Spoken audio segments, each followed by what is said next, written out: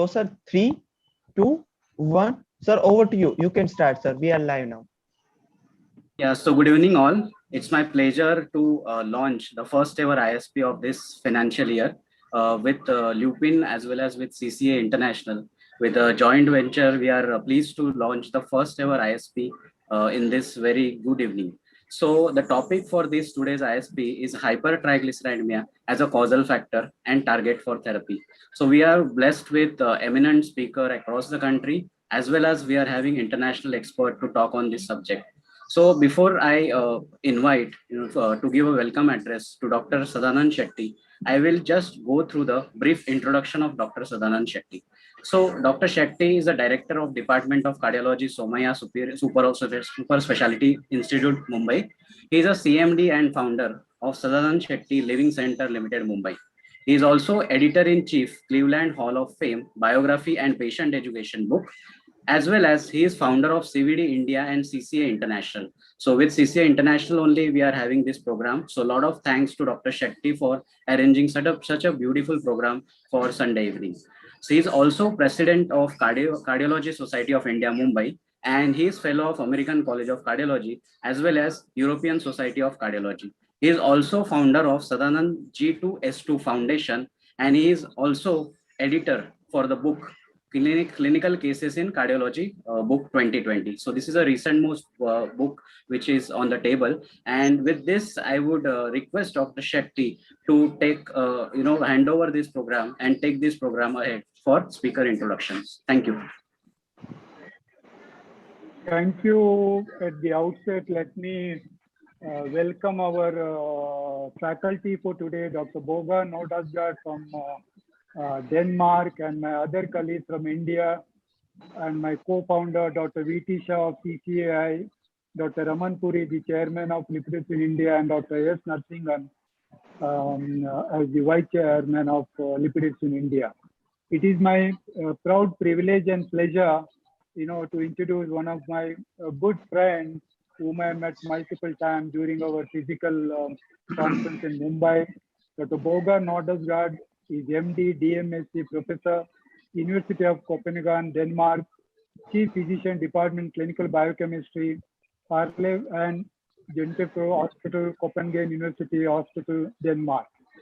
He is chairing the Copenhagen General Population Study and is also a steering committee member of the Copenhagen City Heart Study and of 4 large randomized intervention trials. Professor Borge has supervised 65 PhD students and 31 postdoctoral fellows and has published 791 original articles and 23 reviews, book chapters, consensus statements, and editorials. His H index is 126 in Web of Science and is listed among the 6,389 researchers worldwide with the most highly cited papers, almost 83 in number. Original articles include publication in New England Journal of Medicine, Lancet, Journal of the American Medical Association, Nature, Science, Nature Genetics, British Medical Journal, PLO's Medicine, European Heart Journal, Journal of the American College of Cardiology, and Circulation. Of course, there are so many things to talk about Dr. Borge Nordestgaard, but at this point, I want to welcome once again and big thanks for him for accepting this, our invitation. Because when we conceived this topic of hypertriglyceridemia, I thought of Dr. Borge Nordestgaard, no better person than him to talk on this topic. Thank you, Dr. Borge, for accepting our invitation. Next, Dr. Raman Puri, of course, is our very good friend and guide and philosopher. He is the chairman of Lipid Association of India.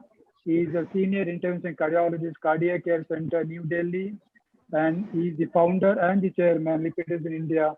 And he was formerly head of the Department of Cardiology, Safdarjung Hospital, New Delhi. And he is the member of International Lipid Expert Panel. Friends, I can tell you the contribution of Dr. Raman Puri in the field of lipidology is enormous. In bringing out very nice consensus statements. Recently, Part 3 consensus statement is released by him as the first author. And he is going to speak also the initiating the topic of hypertriglyceridemia, particularly in the Indian context. Next, we have Dr. V.T. Shah, our founder. Next, please. Dr. V.T. Shah, my close friend and senior consultant intervention cardiologist, and he's trained in Germany in intervention cardiology, more than 30 years of clinical practice. He's the ex-president of National Society of Preventing Heart Disease and Rehabilitation, NSPIA. He is the co-founder of CCA International.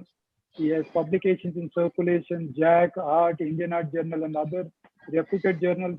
He is one of our, the most specialized person, in fact, the earliest person to be specialized in the field of IVAS, OCT, and FFR-guided complex intervention, CTO, and left main bifurcation, primary angioplasty. And I can tell you, he is one of the best operator in our country today. Senior consultant cardiologist, intervention attached to practically all top hospitals of Mumbai, like Global Hospital, Oakad Hospital, Saifi Hospital, Beach Candy, Surana Setia, Raja Poti, Prince Ali Khan Hospital, and so on. We have also, next slide, we have also Dr. Narsingan, who is the Vice Chairman of Lipid Association of India, and he is the National President of Indian Society of Hypertension. Formerly, he was the adjunct professor of Tamil Nadu Dr. MGR Medical University, and is the Managing Director of SNN Diagnostic Center and Super Specialty Clinic in Chennai, and is the Dean of Professor M. Vishwanathan Diabetes Research Center and Hospital for Diabetes. In fact, I must especially thank Dr. Narsingan as the last minute, he accepted our invitation. So I would like to thank specifically Dr. Narsingan for joining us as one of the faculty. Now, I would like to talk a little bit about our CCAI, what we have done as an organization. Myself and Dr. V.T. Shah, we formed this Academy International. It's almost nearing 1 year shortly. And this we started the beginning of the COVID situation, when it started in India and of course all over the world. And we started with the main objective of a platform-oriented participation and conduct openly, freely, unbiased on various topics of cardiology, both coronary and the structural intervention procedure, supported by various experts stalwarts from India and abroad. Every month we have one session on the intervention field, and the other time on the non-intervention, something on pharmacotherapy, etc. And with the main objective is to raise the level of academic participation and bring the latest update not covered on other platforms. So our basic objective is to take one topic, one theme, and completely talk about that topic. Like today, Dr. Borge and our Indian faculty is going to discuss everything. How is the relation of hypertriglyceridemia in Indian context, and how we must utilize our knowledge in 2021. We have a team of founders, myself and Dr. V.T. Shah. We have National Advisory Board, Dr. J.J. Dalal, Dr. Shiri Shamesh Hirema, Dr. Ajit Bhagwat, Dr. Siddharth Dagli, Dr. Nitin Deshpande. And then we have got the advisory board, both international, Nitish Shokti and Ramesh Daggupatti, and the Scientific Council of Advice, Dr. Ashok Seth, Dr. Manjunath, and Dr. Mulasari. With this now, I would like to start the proceeding by inviting Dr. V.T. Shah, who is going to give us the brief of how this concept of this topic came, and then Dr. Raman Puri is going to address it. Dr. V.T. Shah. Yeah, good evening, everybody, and welcome all the panelists to this session. So today we are going to discuss about hypertriglyceridemia, and I'm not going to waste time. I straight away would request Dr. Raman Puri to start his talk. He will give us the Indian perspective. Then I'll invite Dr. Borge Nordestgaard. Whatever questions you have, please put it on the chat box. We'll take at the end and address all those questions. I also have prepared some few questions so that we can have a good interaction at the end of it, where Dr. Narsingan also will participate along with that. So first, over to Dr. Raman Puri, please. Can you see my slides? Yeah, we can hear you and we can see your slides. Okay then. Thank you very much and good evening, everybody. And thanks, Dr. Sadanand, for the kind words and giving me an opportunity to be part of this webinar. And it's nice to have Dr. Borge, Nordestgaard in this webinar, because even I am very much interested in listening to him. So coming to the Indian, I have been asked to speak on Indian perspective of dyslipidemia. Now, if you look into the effects of coronary artery disease in India, approximately 40% of Indians with coronary artery disease are less than 40 years of age. And 25% of those who are dying of coronary arteries are also less than 40 years of age. That shows a high, incidence of premature coronary artery disease and much higher mortality in our country. India develops coronary artery disease 10 years earlier than other ethnic groups, and it's more malignant, means it carries more mortality. And death due to coronary artery disease in India has doubled in the past 10 years. BCC has now recently considered Asian ethnicity as high-risk ethnic group. Now let us see, being an Indian, what is our lifetime risk of having cardiovascular event. This is the Q risk lifetime risk cardiovascular risk calculator. So I have put 40 years male who is an Indian, who doesn't have diabetes, hypertension, or coronary artery disease, atrial fibrillation. He is not a smoker. Cholesterol to HDL ratio is 5. Systolic blood pressure is 120. Height is 170 with weight of 71 kg. What we can see here that is risk of developing heart disease, stroke, or TIA in 80 years is 37%. And at 95, it is about 56%. Now, with the same modifiable risk factors, I changed to other ethnic group. Rest everything is same. See, it comes down to 25%. That shows that being an Indian, we carry a high risk of cardiovascular event, and by the age 18, so we are more prone to have coronary artery disease. So that is one of the examples which I wanted to show. Now, Asians who have been migrated to other countries still carries higher mortality. As you can see that in different countries, these Asians have the highest mortalities, followed by less than that is white and Chinese, and least is black. Now, according to the Global Burden Disease Study 2015 estimates, there is a 41% increase in CVD mortality from 1990 to 2015. And if we look into the CVD mortality in United States, thanks to lipid guidelines, there has been a significant decline in CSD mortality from 342 deaths per 100,000 population to 236 in 2010.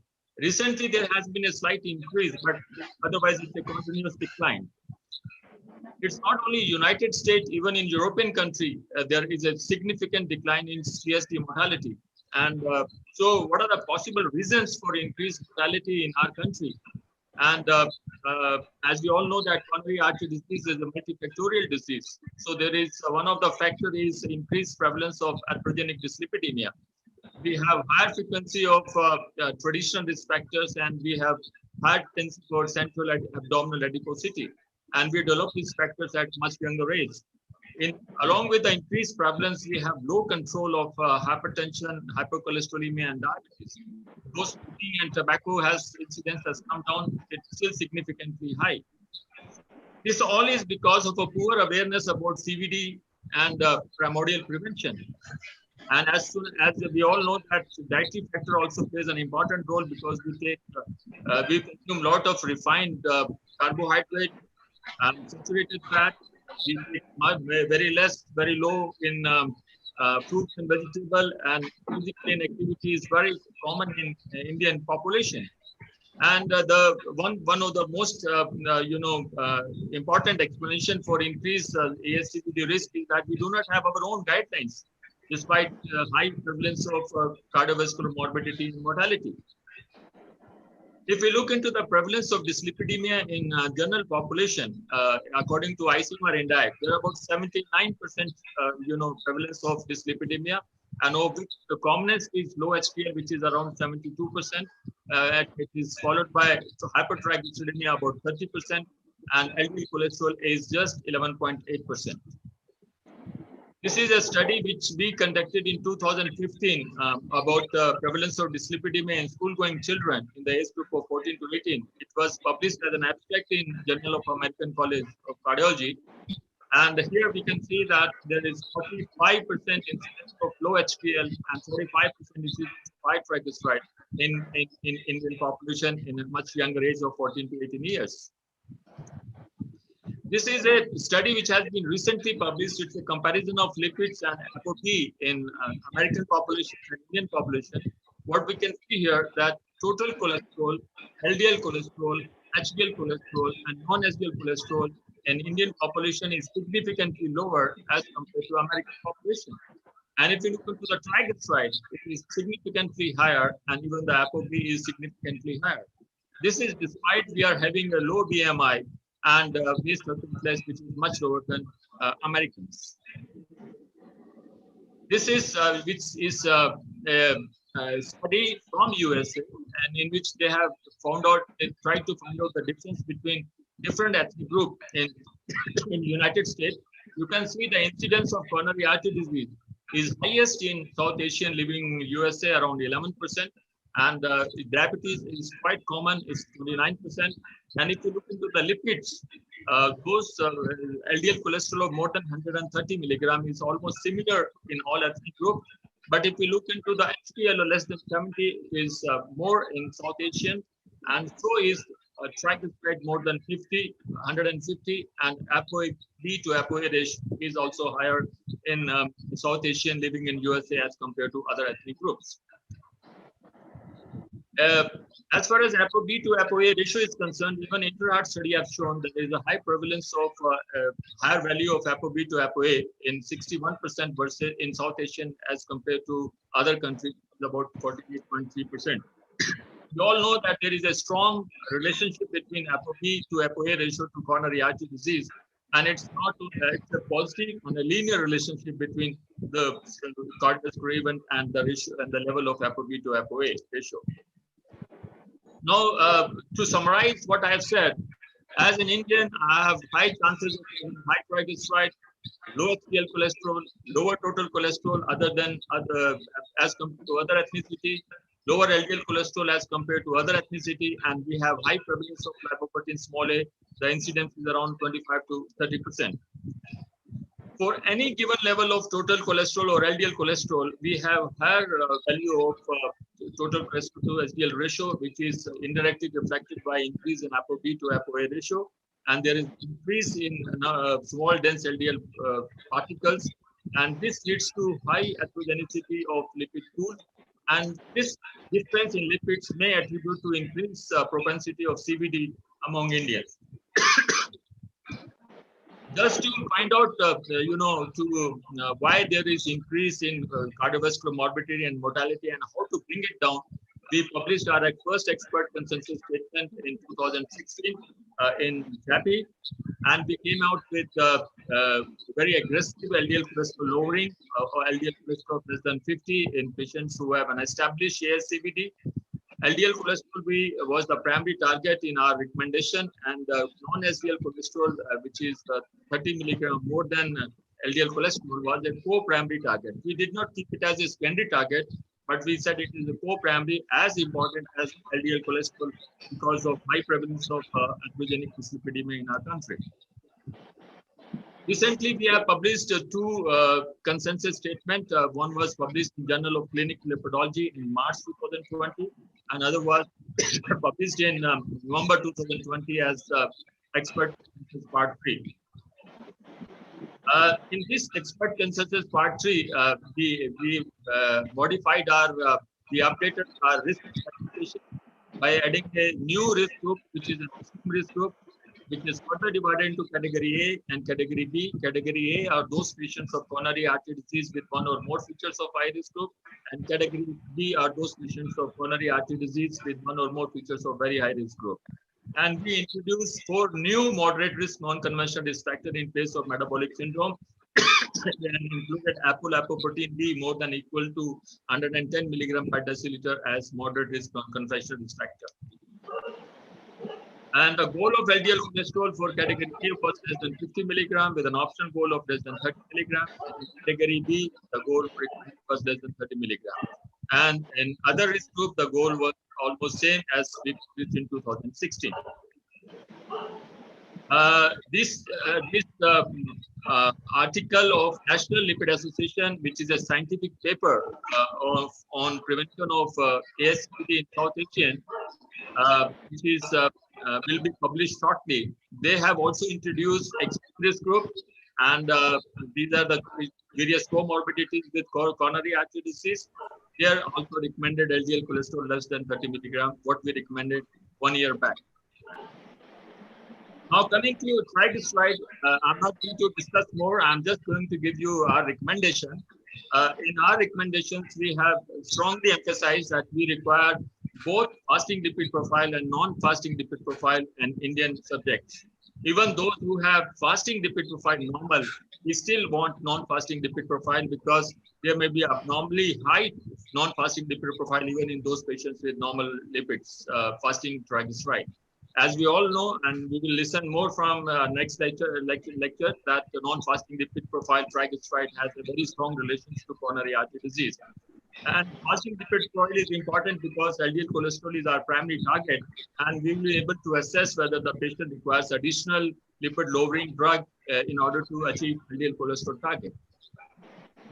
So recommendation for triglyceride is that we require both fasting and non-fasting lipid profile for our patients when we treat their dyslipidemia. For routine screening, fasting lipid profile is not mandatory. All patients with hypertriglyceridemia should be evaluated for ASCVD risk. Maintain triglyceride less than 150 milligram per deciliter, preferably less than 100 milligram per deciliter.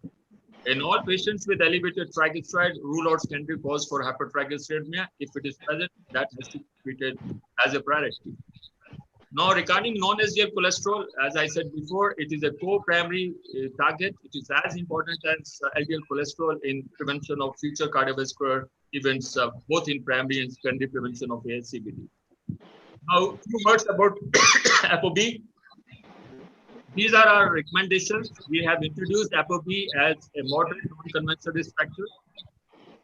In patients with diabetes, metabolic syndrome, obesity, high triglyceride, and very low LDL cholesterol, it is preferable to estimate serum ApoB level to assess ASCVD risk.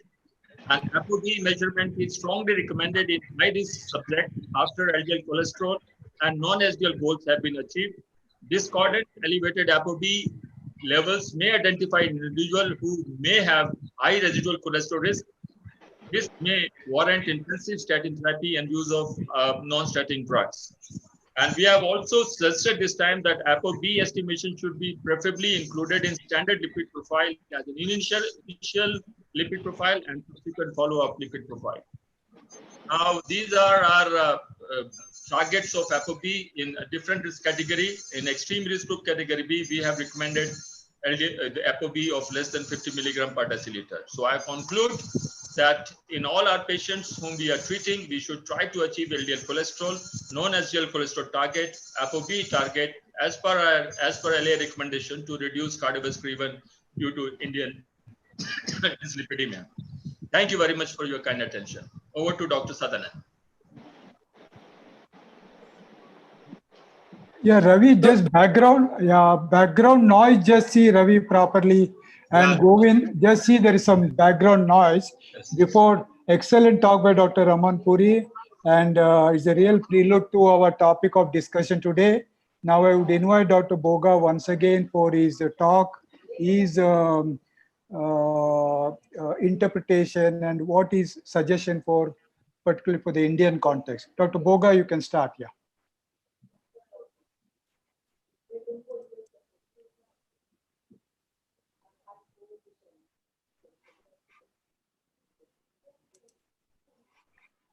Thank you very much. Can everybody hear me and see me? Yeah. Very well. So first of all, thank you so much for the invitation. I'm very honored to give a talk to so many distinguished doctors in India. And I visited before and always enjoy the interaction with Indian doctors. So the title I've been giving is here, Hypertriglyceridemia as a causal factor and target for therapy. These are my two places I'm employed, University of Copenhagen and this Copenhagen University Hospital. Down here, my various conflict of interest. So this is when you take whole blood and you take away the red blood cells, then normal plasma looks like this. It's a bit yellowish, partly because of cholesterol that gives it the yellow color, but you can have high LDL, you can have high lipoprotein(a), and if that is the case, you have high risk of cardiovascular disease. But then there's a type of plasma that is seen by a lot, particularly I think in India, namely when you have turbid plasma. This is because triglycerides is mild to moderately high, between maybe something like 150 or up to 800, 900 milligram per deciliter. Then you have high triglycerides, you have high remnants, and then you have very high risk of cardiovascular disease. There's this special situation where you have white plasma, just like milk or cream. This patient, I think, had maybe close to 10,000 milligram per deciliter. And then you have lots of chylomicrons, very high triglycerides, and high risk of acute pancreatitis.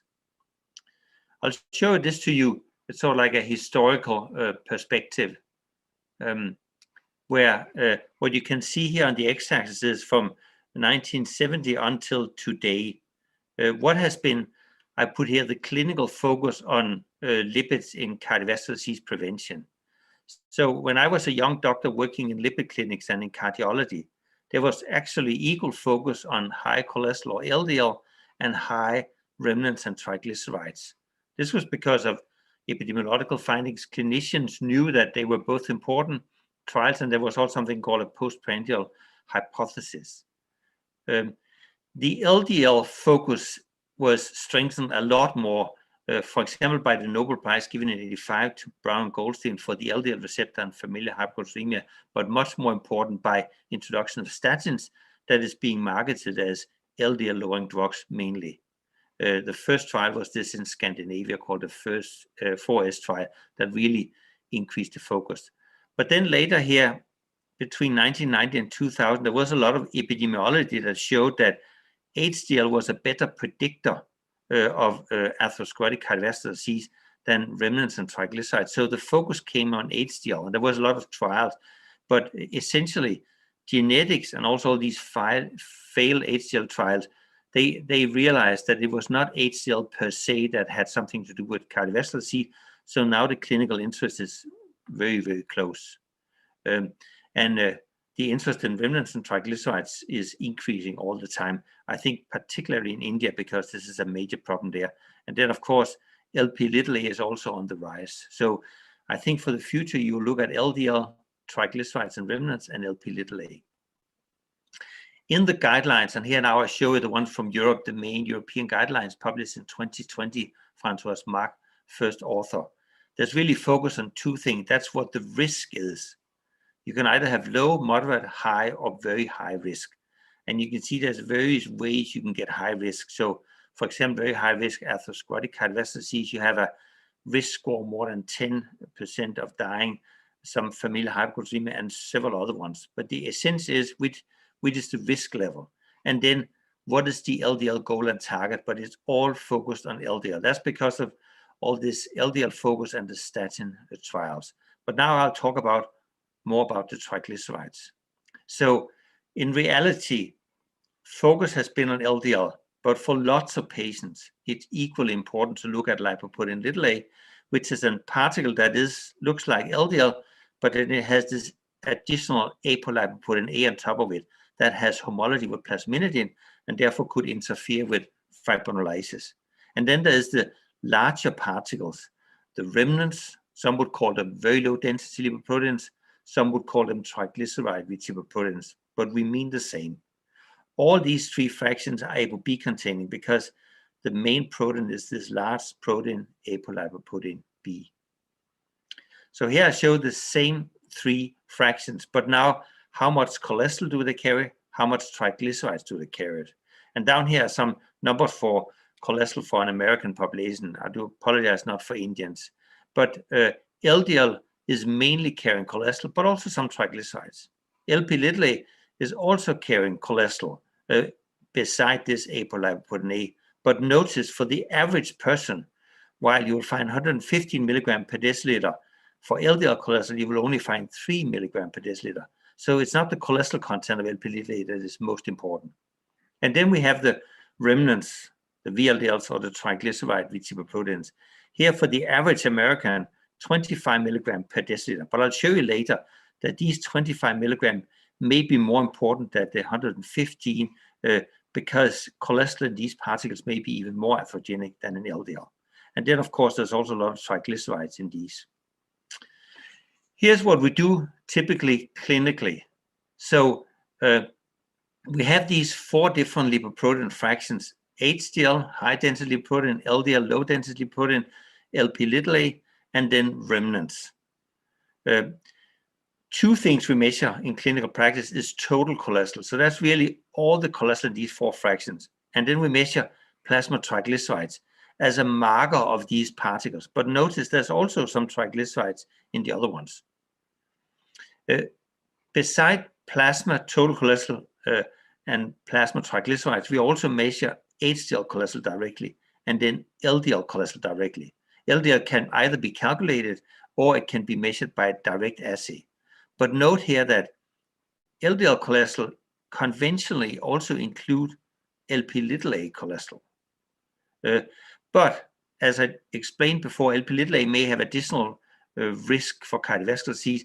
Then it's much better to measure Lp(a) particles by themselves.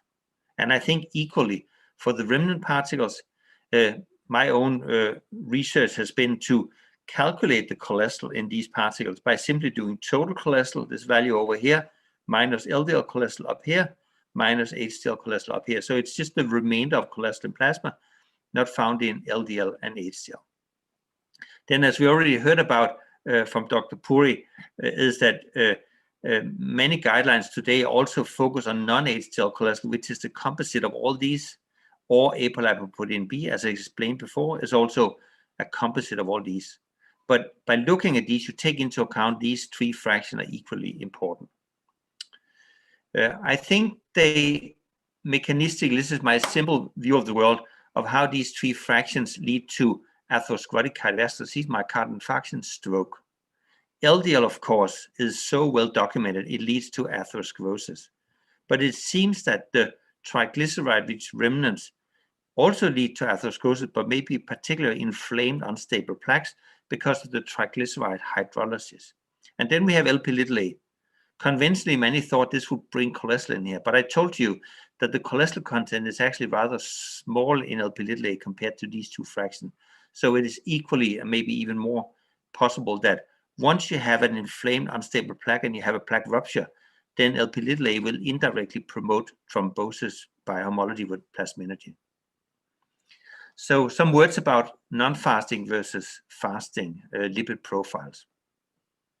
So when you have the fasting situation, then the liver produces VLDL particles. They come into the periphery, and lipoprotein lipase will degrade triglycerides in fat tissue and muscle, and then the remnant particle IDL will be performed, also some remnant VLDL, and they will be further changed into LDL, and LDL can be taken up by the liver or bring cholesterol to peripheral tissues. But when you have the non-fasting state, then when you eat fat, chylomicrons will bring the fat, triglycerides, but also some cholesterol to the liver through chylomicron remnants, because triglycerides are again degraded in peripheral tissues by lipoprotein lipase. So what I talk about remnant cholesterol in the non-fasting state is a composite of these fasting lipoprotein and chylomicron remnants. You should be aware, though, that in the non-fasting state, it is still VLDL and IDL that are the dominant triglyceride-rich lipoproteins. It's not chylomicron remnants. So it's just a little bit higher because of the chylomicron remnants, but also because of more VLDL and IDL. Here's a 24-hour cycle for a typical person. In the non-fasting state, is defined that it's less than 8 hours since you ate a last meal. So people have some breakfast, then they maybe have a snack in the morning sometimes, then they have some lunch, then they have a coffee, maybe a snack, then they have dinner and maybe even a snack before they go to bed. And then from this last thing they eat before they go to bed, then there's 8 hours until you come fasting. And then in reality, for most people, it's just a few hours before your breakfast that you are really fasting. So when you compare these two situations, what we have done traditionally for a long time was that we used fasting lipid profile because the variation in the lipid measurements were a bit less than in the non-fasting state. And that means sometimes we ask patients to fast until sometime they could have a blood sample, and then they were non-fasting in the remainder of the part. But I would argue very strongly that this is really belief-driven. There's no good evidence to show us that this is better for cardiovascular risk prediction and treatment. And there's lots of evidence. So the evidence base is actually to take the non-fasting lipid profiles, because we only fast for this 1 to 2 hours in the early morning. So you could say this is also much more natural to capture what a human being will have on average for a 24-hour state.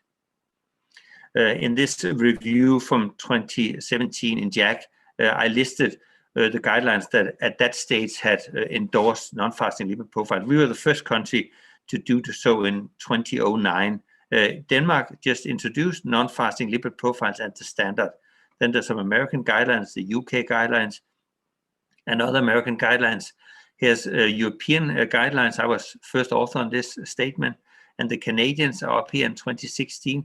Then the main European guidelines 2016, the Brazil had a big consensus, and then the US endocrinology had. And now later in 2009 and 2020, the main European as well as the main American guidelines now say, let's use non-fasting lipid profile as the standard, as we just heard, has now also been endorsed in India. In my country, which of course is a very small country, this is what it looks like. It's here on top of Germany in Europe. For our laboratory practice in Denmark, fasting, the only thing we really do fasting for is an oral glucose tolerance test. We don't even use fasting glucose anymore. We use hemoglobin A1C. So essential, there's no non-fasting. All other blood samples are non-fasting at random. So you could argue, and I certainly do so, fasting does not improve clinical practice, and it certainly does not capture the average value in the patient. Here, I just show this is from this 2017 review from the Copenhagen General Population Study. What you can see here is that on 84,000 individuals, when you take from people are fasting and then some ate within 1 hour before last meal, some between 3 and 4 hours before, and then you can see triglyceride does go up a little bit. This is in millimoles per liter only. I do apologize, but here this is about I think 1.5 that's about 100 and maybe 120, 130 milligram per deciliter, and the remnant cholesterol also goes up a little bit. So it's much better to capture in blood sample here, then you get a better risk estimate. Triglyceride-rich lipoproteins cause atherosclerotic cardiovascular disease. I think instrumental to understand this has been these type of studies called Mendelian randomization studies. These are genetic studies. How we usually believe in causality in clinical medicine is that in a randomized trials where doctors or nurses recruit patients into a trial, you flip a coin and then half the patients get a placebo, half the patients get a drug, in this case one that lowers triglyceride-rich remnants. The beauty of this design, of course, is that confounders are equally distributed between the two groups. And then you can simply look at what's the risk of cardiovascular disease. Genetic studies, they're just the same, because when we have children, it's a flip of a coin what alleles we give to our different kids. It is completely evenly distributed based on confounders. There's the same amount of children that smoke here and here, the same amount of children that are obese here and here, just like in a randomized trial. So some of our kids will have, you could say, a normal gene. Some will have an allele that lifelong live to lower triglyceride-rich lipoproteins, just in analogy to a randomized trials. And then you can look at what's the effect of cardiovascular disease without confounding. Both these study designs have the other big advantage that there's no reverse causation. There's no way cardiovascular disease can lead to which genes you give to your children or to which group you come into in a randomized trial. So the simplest chain of events from all the genetic evidence available, I just added all up here in one slide, is that when you have triglyceride-rich lipoproteins, they lead to atherosclerosis, particularly with inflammation, and this leads to myocardial infarction due to plaque rupture. And the higher levels lead to higher risk, and reduction in levels lead to lower risk, either through genetics or through intervention. Here's some data from our own studies, the Copenhagen General Population Study with about 100,000 individuals. And as you can see from this data, I side to side in exactly the same individuals compare LDL cholesterol and increase in 1 millimole or 39 milligram per deciliter, a corresponding increase in remnant cholesterol, and a corresponding increase in Lp(a) cholesterol. I told you it's not cholesterol that is important in Lp(a), but just to put them on the same scale. As you can see, here's the risk increase, so it's a hazard or causal risk ratio for myocardial infarction. This is for LDL. It's higher for remnant, and it's yet higher for Lp(a). And here are the genetic estimates for genes that lead to only elevated LDL, only elevated remnants, or only elevated Lp(a). And you can see all these genetic estimates are to the right side of the observation estimates, telling us that they are all causal. And these are adjusted for each other. So LDL is independent of remnant and Lp(a), remnant independent of LDL and Lp(a), and so forth. It's also important to understand the biology. And when I was a very young doctor, I did lots of these experiments, understanding that when you here in plasma have these lipoprotein fractions, then HDL, the smallest, can come into the arterial intima the fastest, but they're very small and they can leave again via adventitia because they can penetrate these elastic lamina with the fenestra. Whereas LDL is too large to come into the media. So some LDL, if it leaves again, has to go out again. And you have to remember, out here is blood pressure. So there's a constant water flow this way. And then Lp(a) behaves a little bit like LDL. But the triglyceride-rich lipoproteins, IDL, chylomicron, remnant, small VLDL, they can come into the arterial wall, but once they're in there, they get trapped preferentially because they are much larger. The very large chylomicrons, the very large VLDL are so large they cannot come into the arterial intima. Something that convinced me when I was a young doctor was working in lipid clinics and seeing these patients, the patients with remnant hyperlipidemia. They're also called type 3 hyperlipidemia or dys-beta lipoproteinemia. These patients had these Palmer crease xanthomas. They're yellowish with cholesterol deposition, and then they have these tuberoeruptive xanthomas.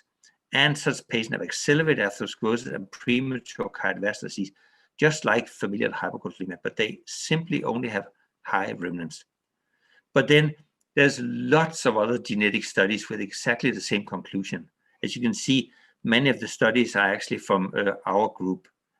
But there's lots of other studies also, and numerous in New England Journal of Medicine, in Nature Genetics, in JAMA. What they come to is that these studies all conclude that triglyceride-rich remnants cause cardiovascular disease, and it is independent of levels of LDL cholesterol and HDL cholesterol. Then you can say, well, but what about if you give people a statin? And then there's a number of trials also. I'll just show you here some results from the TNT trial, which was a trial that had atorvastatin 10 milligram versus 80 milligram. And then in this particular publication of Circulation in 2018, they just looked at the people with the 10 milligram atorvastatin, and then they put them into 5 different groups with triglyceride-rich lipoprotein cholesterol, which is the same as remnant cholesterol, the lowest, higher and higher, and the very highest. And you can see here's the risk of major cardiovascular events was actually only seen in the ones with high remnant cholesterol, not in the ones with only high LDL and low remnant cholesterol. But there's lots of other clinical studies, and you can see here again published at very high-ranking journals, and they all come to this conclusion. Triglyceride-rich remnants explain cardiovascular mortality residual risk beyond statin therapy, and this is independent of LDL cholesterol and HDL cholesterol levels. Then here's just some from our own studies, you could say pure epidemiology from very large population-based studies. Here's 96,000 individuals from these 2 Copenhagen studies. We had 3,300 myocardial infarction events, and they are more than 99% correct. We checked that. And you can see here as triglycerides go up, compared to those with less than 88 milligram per deciliter, higher and higher levels, and the top level is higher than 528 milligram per deciliter, then the risk of myocardial infarction go up. For the highest levels above 528, the hazard ratio for myocardial infarction is 5 millimole per liter. So it's a single non-fasting triglyceride levels, and then we follow people from maybe 10 to 40 years, and this is the risk they have. And in exactly the same people now, the risk of ischemic stroke, 97,000 individuals, 3,000 individually validated ischemic stroke events, the highest triglycerides, 3.5-fold higher or 3-fold higher risk of ischemic stroke compared to those with triglyceride less than 88 for one single non-fasting plasma triglyceride measurements. And in Denmark, because we have these fantastic registers that are, for example, for all-cause mortality, they are 100.00% correct. Everybody's registered when they died. Then you can see with 98,500 individuals, almost 15,000 deaths, the higher the triglycerides, the higher the hazard ratio for dying, up to a bit more than 2-fold, 2.3-fold.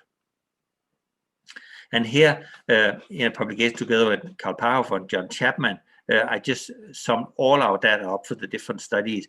And what you can see here on the same scale, the higher the triglycerides here in milligram per deciliter, the higher the risk of aortic valve stenosis, all-cause mortality, stroke, myocardial infarction, and also pancreatitis. And you can see pancreatitis actually on a relative scale, so this is a hazard ratio, risk increases faster and from very low levels.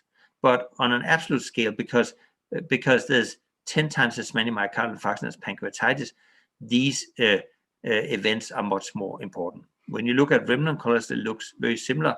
And here I didn't put in pancreatitis because for pancreatitis, we believe it's the triglycerides per se that leads to pancreatitis, while for these other events, it's probably the cholesterol content, remnant cholesterol content. How common are these elevations? And we heard the data from India, and I fully agree that particularly in India, high triglycerides is a major problem, much more so than in other ethnicities. Here, therefore, just some data from Denmark, and with lower concentrations than in general in India. So here, triglycerides is a skewed distribution with a tail toward very high levels. And in Denmark, those from 176 milligram per deciliter up to 1,000 milligram per deciliter, that's about 27%, so 1 in 3, and only 1 in 1,000 has this white milky plasma, the ones with very high pancreatitis risk. And when we look here, split it into women and men, up here focusing on triglycerides, if we now have the cut point of 150 milligram per deciliter, 27% of women have high triglyceride, 45% of men in my country. If you look at remnant cholesterol, 26% high for women, 45% for men. And I think, as I've seen the data for India, it's the same situation, that it's even more for men than women with high remnants and triglycerides. The most important predictor of high remnant cholesterol, here shown in milligram per deciliter, the higher concentration, is body mass index. So the more body fat, the higher the remnant cholesterol, the higher the plasma triglycerides. And you can see these are in deciles. So each of these groups have 10,000 individuals or a bit more.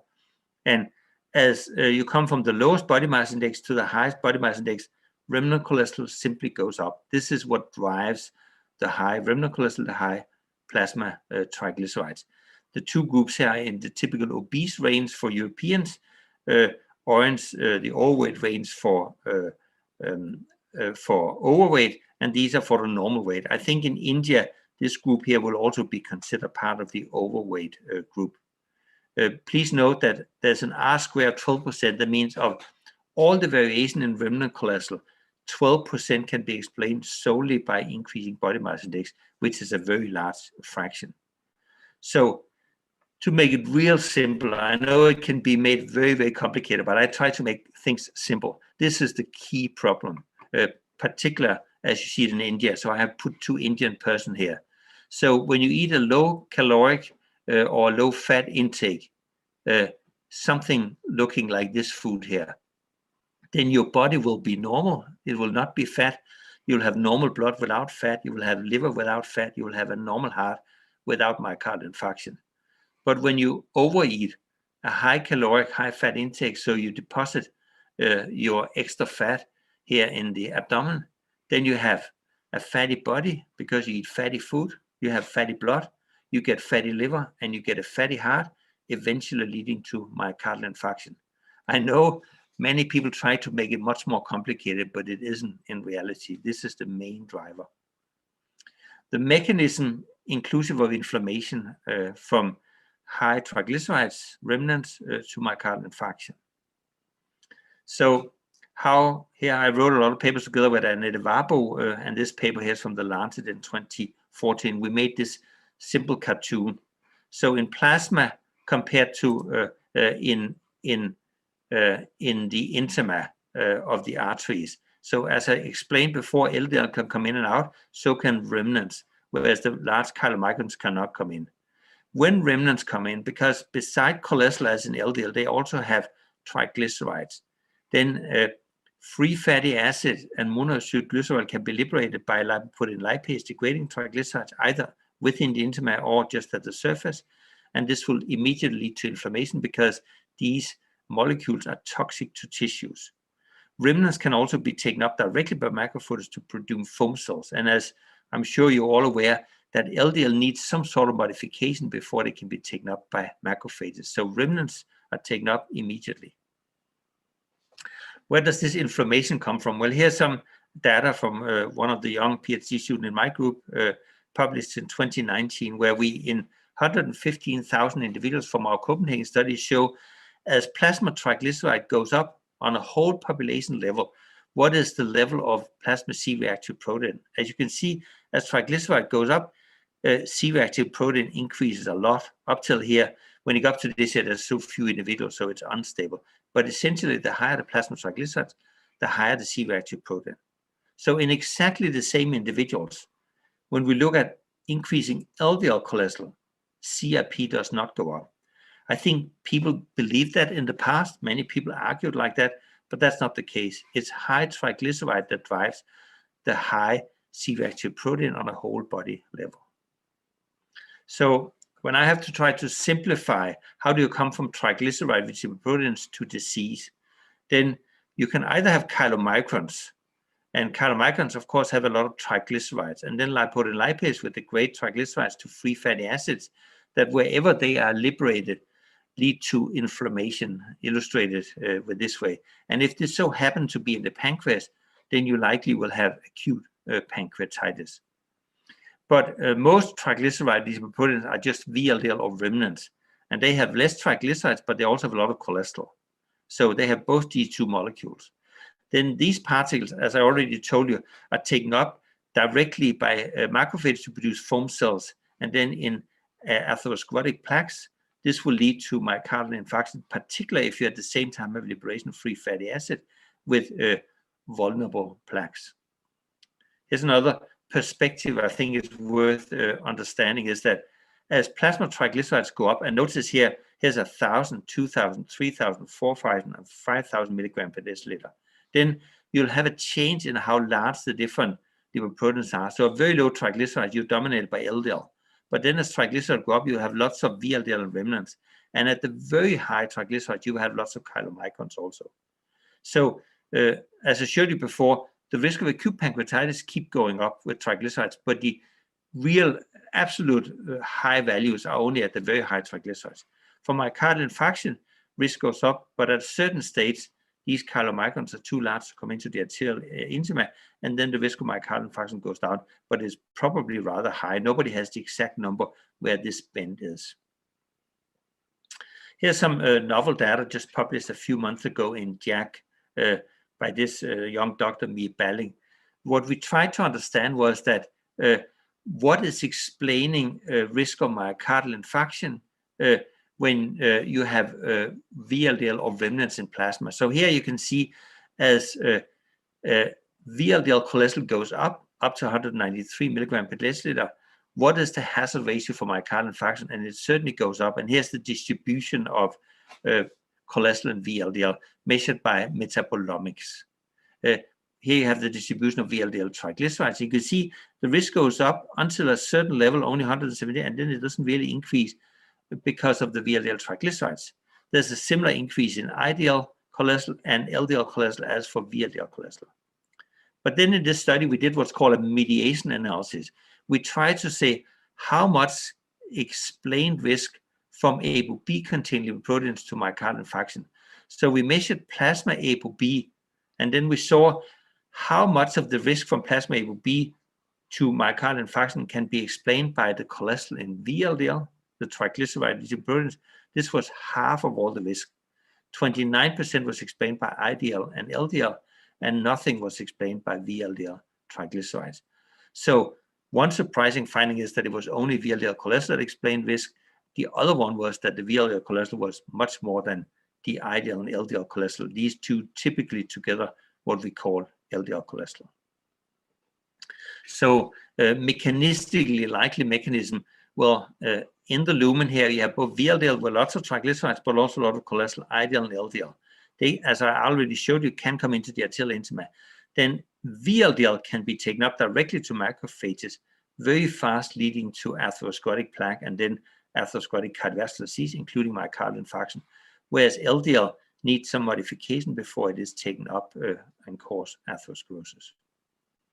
Here's another study by Mia Johansen that was also just published a few months ago in Clinical Chemistry, where we tried to assess of all the excess risk of myocardial infarction that comes from being obese to myocardial infarction, how much can be explained by these different risk factors. And so it's immediate excess risk of the association between BMI and risk of myocardial infarction. And 40% of all the extra risk that came in obese individuals was due to VLDL cholesterol. And here's two different VLDL fractions. And nothing was explained by increased LDL, IDL, and nothing by increased LDL cholesterol. 17% was explained by higher systolic blood pressure and 9% by higher diabetes mellitus. But note that the increase in VLDL cholesterol was actually the main explanation for more risk of myocardial infarction in the obese. And here's another study that was just published a few weeks ago online in what's called atherosclerotic thrombosis and vascular biology. Here we did these metabolomic studies, and we separated lipoproteins with ApoB into 10 different fractions, 3 fractions with LDL, IDL, and 6 fractions with VLDL, based on how large they are. So these are the largest. You can see here in gray, they have a lot of triglycerides, but they also have a lot of cholesterol. And the very smallest LDL are dominated by cholesterol, but they also have some triglycerides. And here you can see the percent of particles found in these ones. So most people have quite few of these particles, the very large VLDLs. Most patients have a lot of LDL. But if they have high concentrations and high triglycerides, then here's the hazard ratio for myocardial infarction per 1 × 10⁻⁵ particles per liter. So all these fractions are on the same scale, you could say.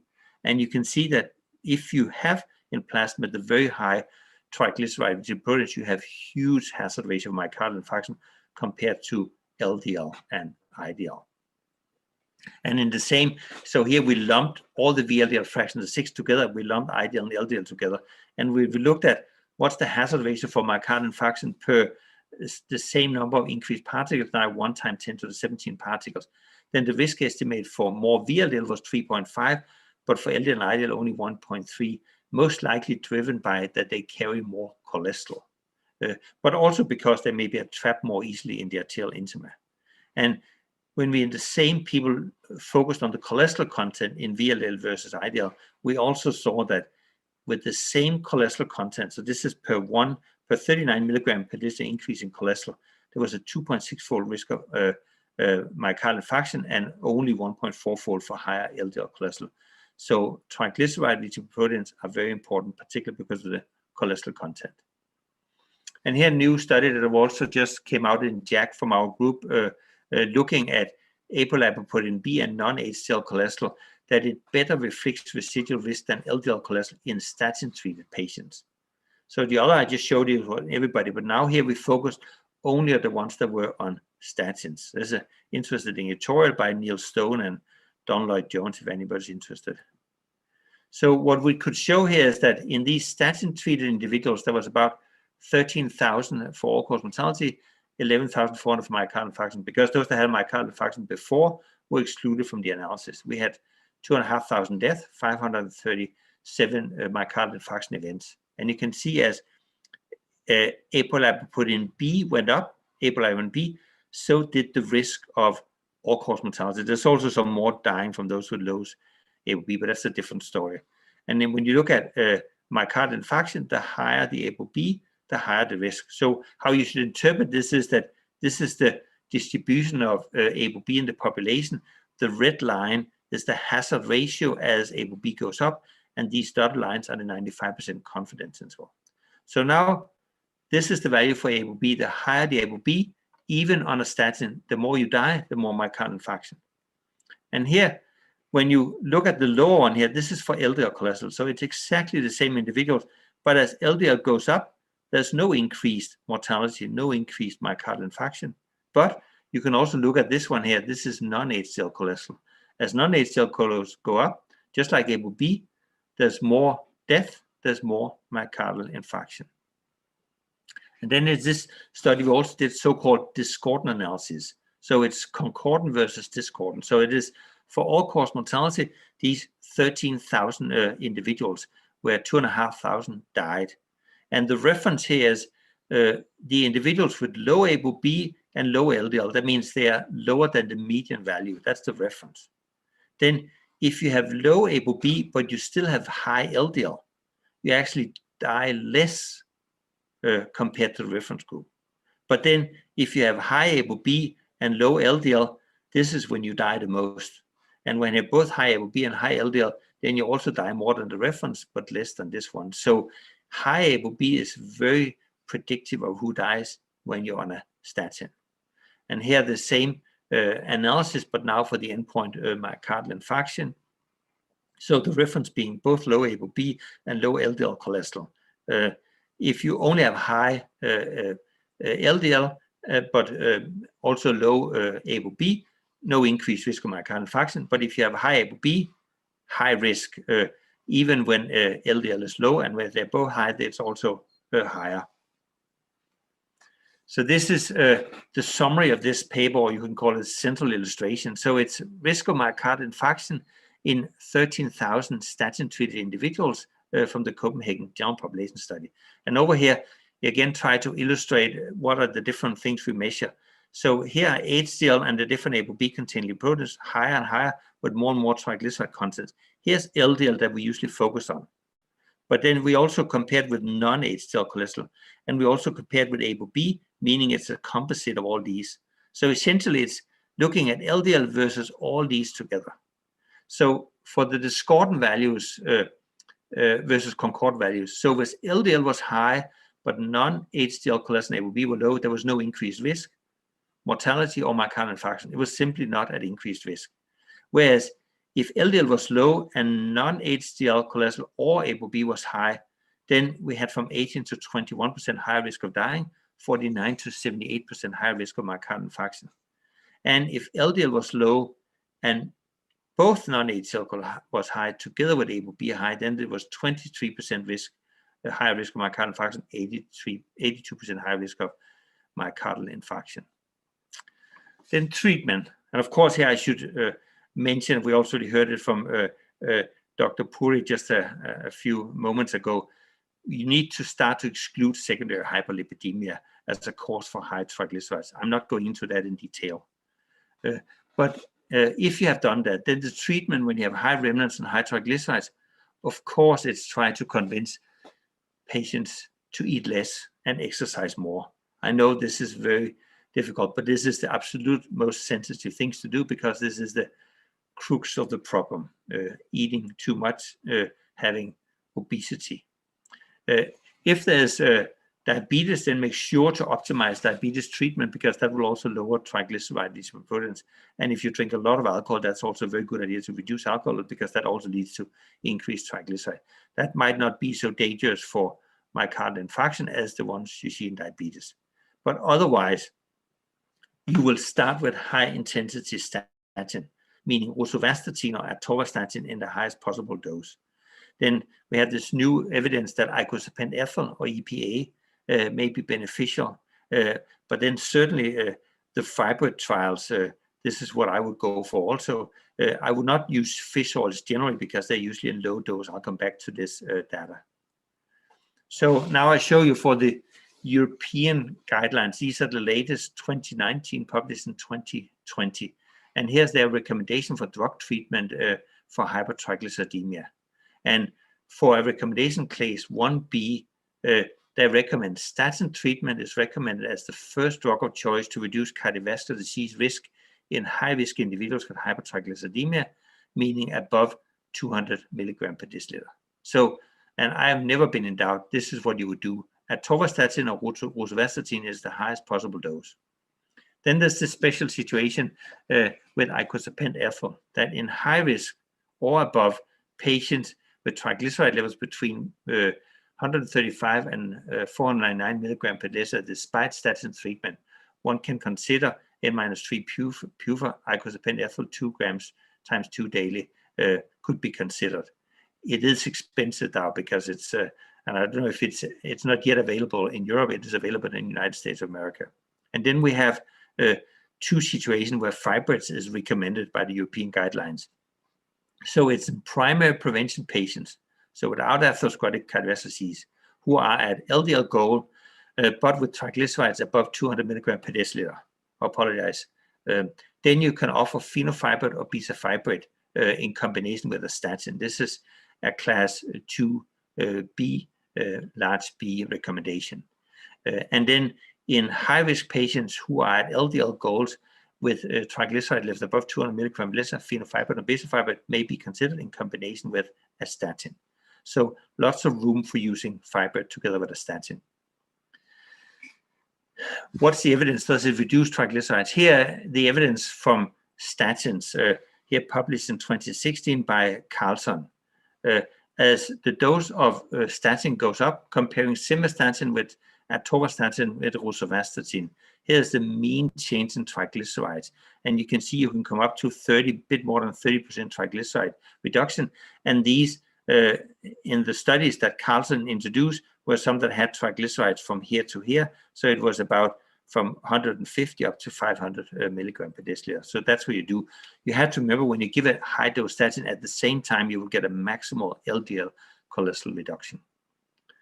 And here, this is from our own paper in The Lancet. We did this meta-regression. These are all fibrate trials. And as you can see, some of them were considered negative because here's the risk of 1.0. So when you give a fibrate versus no fibrate, some of the risk estimates were not lowered very much, only 0.9. But when you take all the studies into account, and then you look at what's the reduction in triglycerides, then you can see the more triglycerides is reduced, the more the reduction of cardiovascular disease. So it was actually a 54% reduction in major cardiovascular events per 1 millimole per liter triglyceride reduction. I think this is often overlooked. So I know there's argument for the Accord and BIP. It was not efficient by itself, but if you manage to get triglycerides down with a fibrate, then it works. Then there's these new ongoing trials. So it's triglyceride-lowering therapy to reduce residual major atherosclerotic cardiovascular events after statin therapy. There's the two studies using N-3 fatty acid, high-dose purified icosapent ethyl in the reduced trial with 8,000 individuals, published in New England Journal of Medicine 2019. I'll show you the results. And then there's the EPA plus DHA strength study, 13,000 individuals, published in JAMA in 2020. Just a few months ago, really. And then there's this third study that is ongoing. It's using a selective proximate proliferator alpha modulator, or SPARM alpha.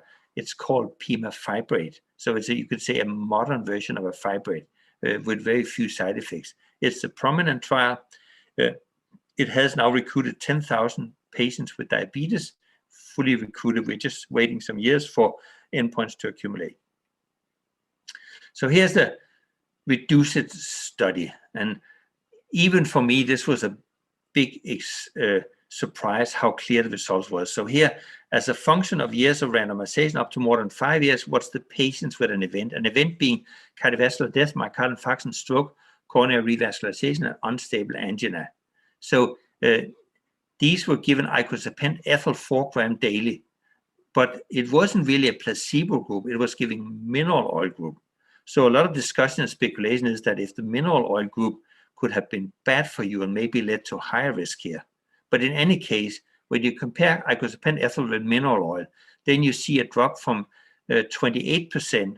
So notice the absolute risk in the mineral oil group was 1 in 3 had a new ASCVD event, and that dropped to 23%, corresponding to a hazard ratio of 0.75 or a 25% relative risk reduction, which is an absolute risk reduction, 4.8% difference between these two, and then a number needed to treat, 21, very low, highly significant results.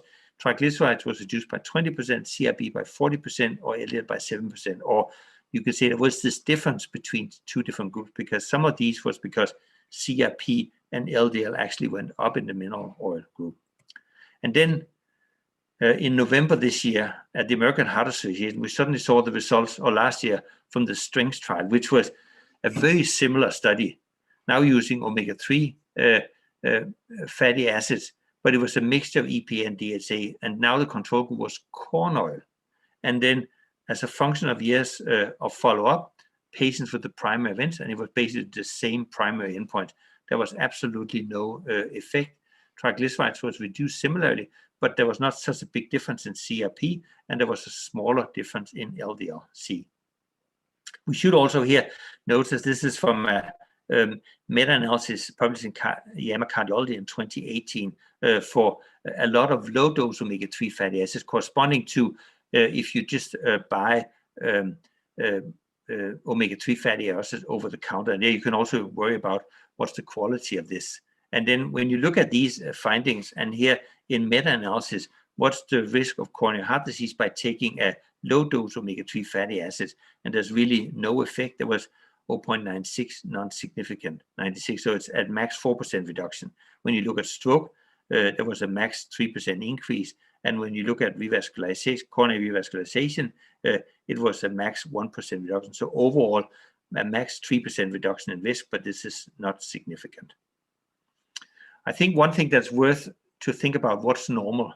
So over here, I showed to you, here's the distribution of LDL cholesterol. It's a bell-shaped curve in the population. This is Danish numbers, but they're not so different in India. Newborns typically have LDL cholesterol down here. What we did for cholesterol levels, we started with this 4S trial in Scandinavia, recruited patients with very high LDL cholesterol, and then brought it way down with simvastatin. And then later, we have had more and more trials that brought LDL further down, and the latest PCSK9 inhibitor trials are actually getting down to newborn levels. And then we can see the further you bring down LDL, the more you bring down the risk of atherosclerotic cardiovascular disease. The CCT cholesterol trial is collaboration with 21 trials. They found an LDL reduction of 29% led to a 22% reduction of ASCVD. And then we have the reduce it, just this one trial now, and even with the strength not showing it. But I think what we really miss is we need to recruit somebody with very high triglycerides and bring it way down. And I'm sure there might also come other studies. Note here also newborns have triglycerides down here. So the reduce it had a 20% reduction in triglycerides, 40% difference in CRP, and a 25% reduction in ASCVD. There's new drugs on the horizon, and the most important ones work here on the lipoprotein lipase pathway. Like when you eat a lot of fat, you have chylomicrons, but as I also said, there's also a lot of VLDL produced from the liver while you eat a lot. And then lipoprotein lipase degrade them into chylomicrons and IDL, but because there's both lots of these and lots of these in plasma, you get accelerated atherosclerosis. There's some proteins that either make lipoprotein lipase work faster or make it work slower. So the promoters are apolipoprotein 5 and GPIHBP1. Drug-wise, it's very difficult to have a protein work faster, so there's no attempts much to work over here. But then there's these three drugs that they inhibit lipoprotein lipase. So if you knock out these drugs, lipoprotein lipase can work better, as shown here. So when you inhibit these, and there's various ways of doing it, that's the new drugs coming along, either through ApoC3, NGPTL3, NGPTL4 maybe, then you will see that lipoprotein lipase will faster get rid of the triglyceride lipoproteins, make them into LDL, you have less of these in plasma, and you will have less atherosclerosis. Here, before finding up, we heard the Indian recommendations consensus statement, but here it's just showing for you the target and goals in adults for various international guidelines. Here, the UK NICE guideline, here's the Canadian guidelines, here the European latest guidelines, and here the US latest guidelines from ACCHA, here from ESC EAS. And when we focus here on secondary prevention, then they all say, let's bring down LDL either by a percentage or down to a certain level. And then they also, not the UK, but all the other ones have also, like the Indian, recommendations for non-HDL cholesterol and ApoB below certain levels. When you look at the primary prevention, then of course there's familial hypercholesterolemia. Here there's only recommendation for LDL because this is an LDL cholesterol disease. But for other primary prevention, either based on absolute 10-year risk or based on the ones with diabetes or the ones with chronic kidney disease, there's first LDL cholesterol recommendations, very similar to for secondary prevention. Here are the different rules, but then the Canadian and the Europeans, they also said, let's also bring non-HDL cholesterol down, let's also get ApoB down, just like the Indian recommendations. So here, just summing up, as I said to you before, it's not enough just to look at LDL. I think particularly in the Indian context, it is very, very important to look at high triglycerides and thereby high remnants, high cholesterol content in these particles, because they not only lead to atherosclerosis, maybe particularly to inflamed unstable plaques. And then, not for our talk today, but Lp(a) is also important. It's actually higher in Indians than it is in Europeans. That could indirectly lead to more thrombosis and then to atherosclerotic cardiovascular disease, myocardial infarction, and stroke.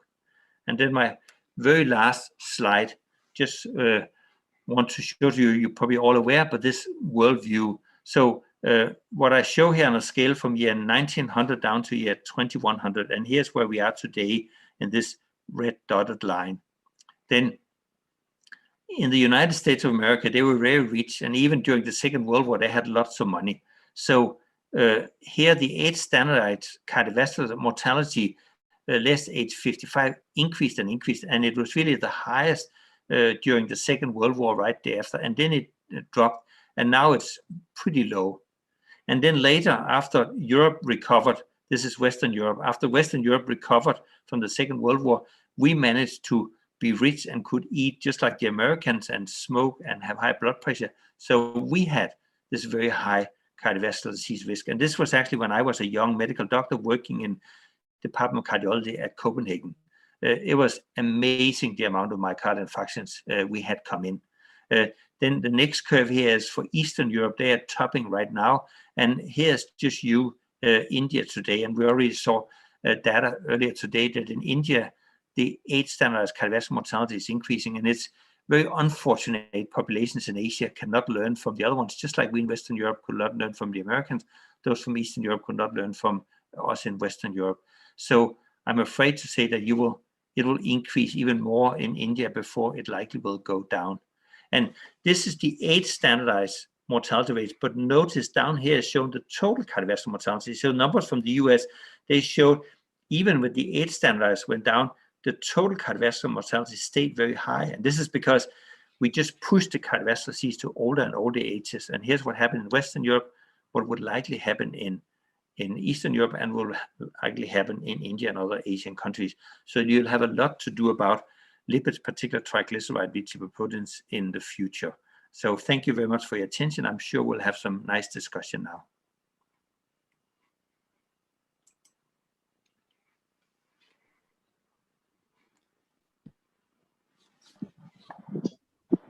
So excellent talk, Dr. Nordestgaard. Special thanks to you for a lengthy, elaborate, explanatory talk and some thought-provoking ideas that you have put in.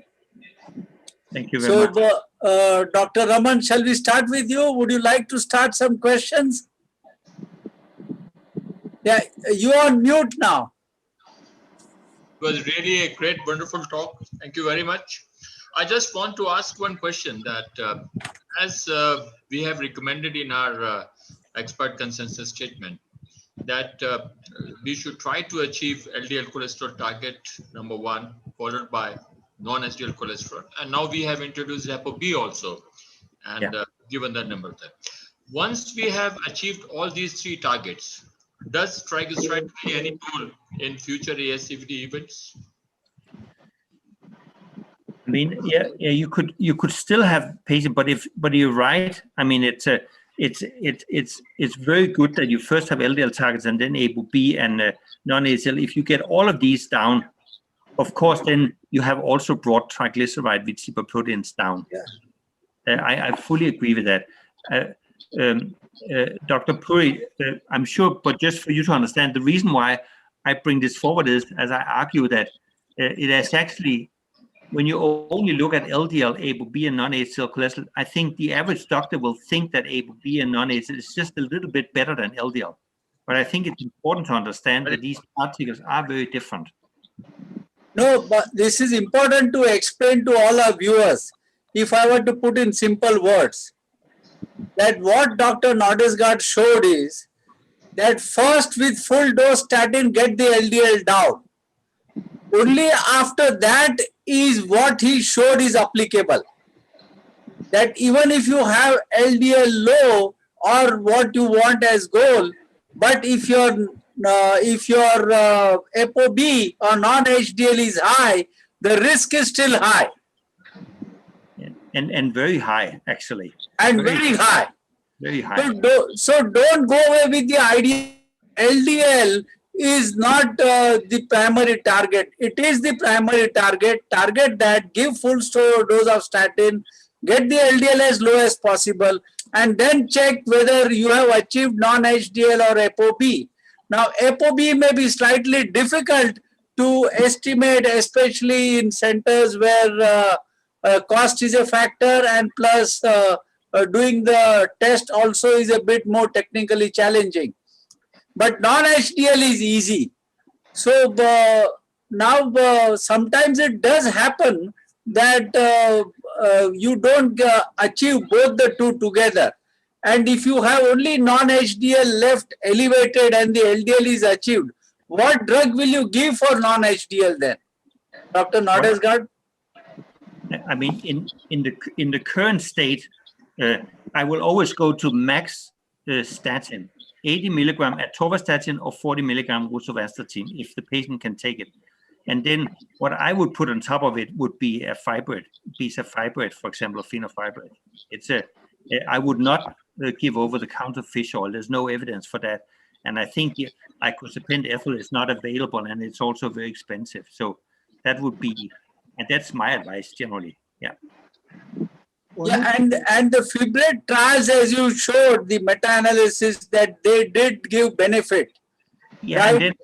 And I think a very, very important point is that I think is misrepresented is that all the fibrate trials, except for this prominent trial that is running now, none of those recruited patients specifically with high triglycerides. They recruited patients with high LDL. And it's very strange. Then afterwards you say, well, it doesn't help to reduce triglycerides when it wasn't high in the beginning. So you would never make an LDL trial with people with low LDL and then say that an LDL lowering drug is not working. So in all the fibrate trials, when you look at the subgroup that have high triglycerides, sometimes also both high triglycerides and low HDL, in every single trial, there's a treatment benefit. Absolutely, including the Accord subset analysis. Every study, every one of them. Only one point here, Boga. Yeah. Do you want to give statin maximum weight, or you give statin as well as the fibrate from the upfront, from the beginning one? Why you want to wait 1 year? Oh, I would never wait 1 year. I mean, no, even upfront. At least for 3 months and then get the TG levels and then decide, or how would you go about it? Or would you differ in an ACS, you would give it, in a chronic syndrome, you would wait for 3 months? Would it be different in two situations? I think it depends on how high the triglyceride is, but generally I would always try to see how far can I get with atorvastatin 80 milligrams or rosuvastatin 40 milligrams, because this is the most powerful evidence-based medicine we have, and we know it reduces not only LDL but also triglyceride with lipoproteins. But then at the next consultation, maybe a few months later or something, and triglycerides are still high, then I would be happy to add a fibrate. Between the primary and secondary prevention, Boga, and the way you have showed the statistics in Asia, particularly in India, what target level, like if you see the European guideline, both in the primary and the secondary prevention non-HDL, they kept as less than 85. And so here, after starting the statin and say fibrate, you want to keep TG less than 100 or so, which is the optimum you want. I mean, ideally. Yeah, I mean, I think it depends on the risk of the patient, how big the risk is. But if you ask, I usually ask the question, if it was myself, yeah, I would bring it as low as possible. Yeah, but do you really differentiate this primary and secondary prevention? Personally, to me, this European guideline again has both primary and secondary same goal, and I've been thinking all along in the same direction. Do you of the same opinion? Why this primary and secondary prevention to that extent? Because you just go by one symptoms and clinical, and you say, what is your opinion? Yeah, no, my opinion is that, I mean, it is somewhat artificial to call about primary versus secondary prevention. I generally don't like that you need to wait until people get a coronary events before you do something. So I'm very happy. But of course, I think the urgency of treating high triglycerides depends on what is the risk of the patient. And of course, then this is how old is the patient? Do they have diabetes also? Do they have obesity? And of course, also have all cardiovascular disease. So you would add all the risks together for the urgency of bringing it down.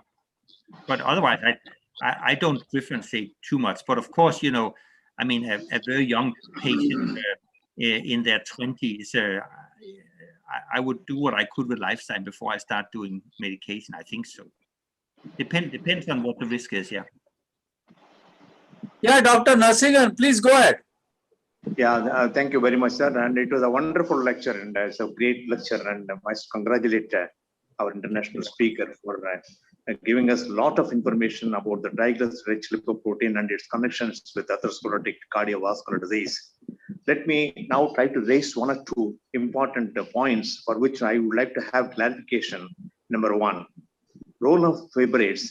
In fact, the usage of fibrates in our country, though it had gone up, but do you think that the bisafibrate, which is not available now for our prescriptions, and it is not being used here widely as we are using it, fenofibrate, even the fenofibrate usage is limited.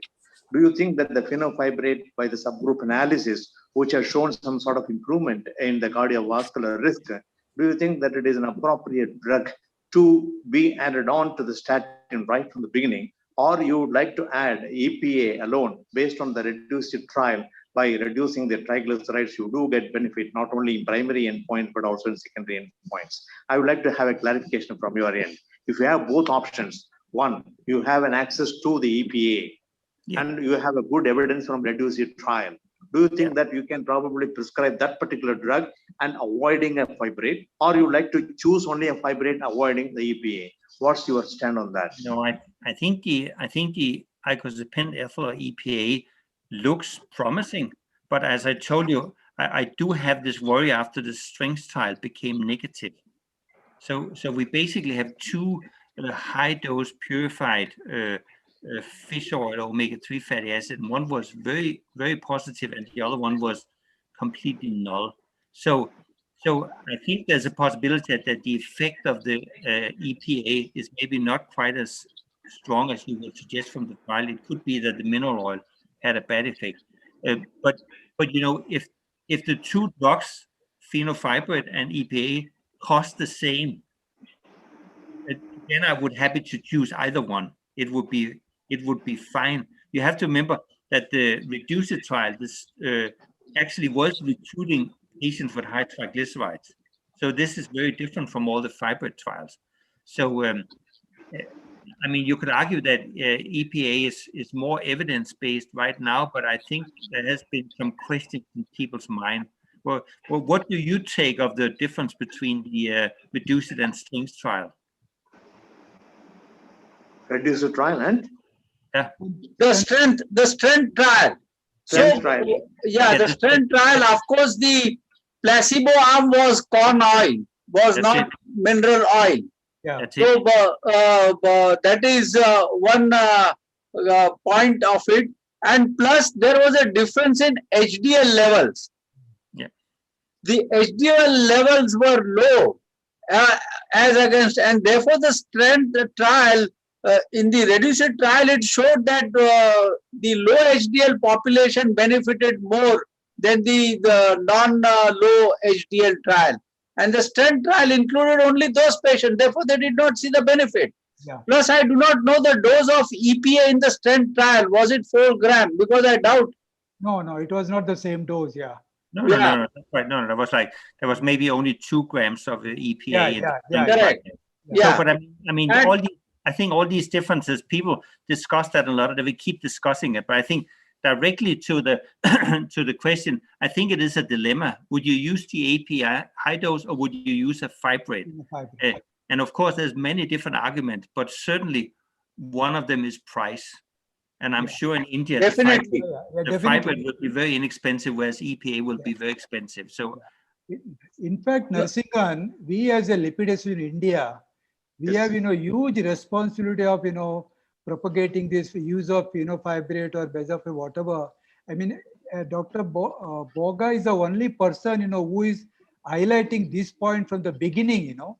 And we I think we as a lipid association of India, Dr. Raman Puri, and because you are all there, I think we have a magnitude of our responsibility to convey to all the physicians. Yeah, Raman Puri, anything you want to say in that? See, in our recommendation, we have, after statin, we have advocated fibrates. Yeah. That is what is our treatment algorithm says. Yeah. Very rightly, it has been said that basically these trials, field trial and a court trial, was not a trial meant for fibrates, because triglyceride mean was around 160, 170 in these trials, with LDL more than 100. So I think that these drugs are useful drug. It has shown benefit in reduction in peripheral artery disease, even eye complications, and even the renal complications. Though it is said to be, we have to adjust the dose if there is decrease in GFR. But this drug really deserves its place. Only thing, Borge, we have got one drug we have been using for last many years, which is reducing triglyceride almost double the level with the fenofibrate. That is, both PPR alpha and the gamma inhibitor. It is in the glitazar group, and it is a saroglitazar. I'm not sure whether you're aware of it. We have done some principal study on this particular drug, and we are one of the proponent of this. Maybe you don't have probably. Do you have anything, any literature or anything on this particular usage in Denmark? Your experience? No, we don't have. I think this drug is particularly used in India. Yeah, India, because particularly in diabetic people, it is a very good drug for reducing the A1C also. In fact, some of the mild diabetes just give this drug that takes care of both the sugar because of its PPA gamma action, and because of PPR alpha action, it also reduces the triglyceride. So we have got a good experience as regarding the reduction of the triglyceride. So what I'm asking you, you think triglyceride, whatever way we reduce to say less than 100 in a secondary prevention, I'm talking high risk, whether glitazar or whether it's the fenofibrate.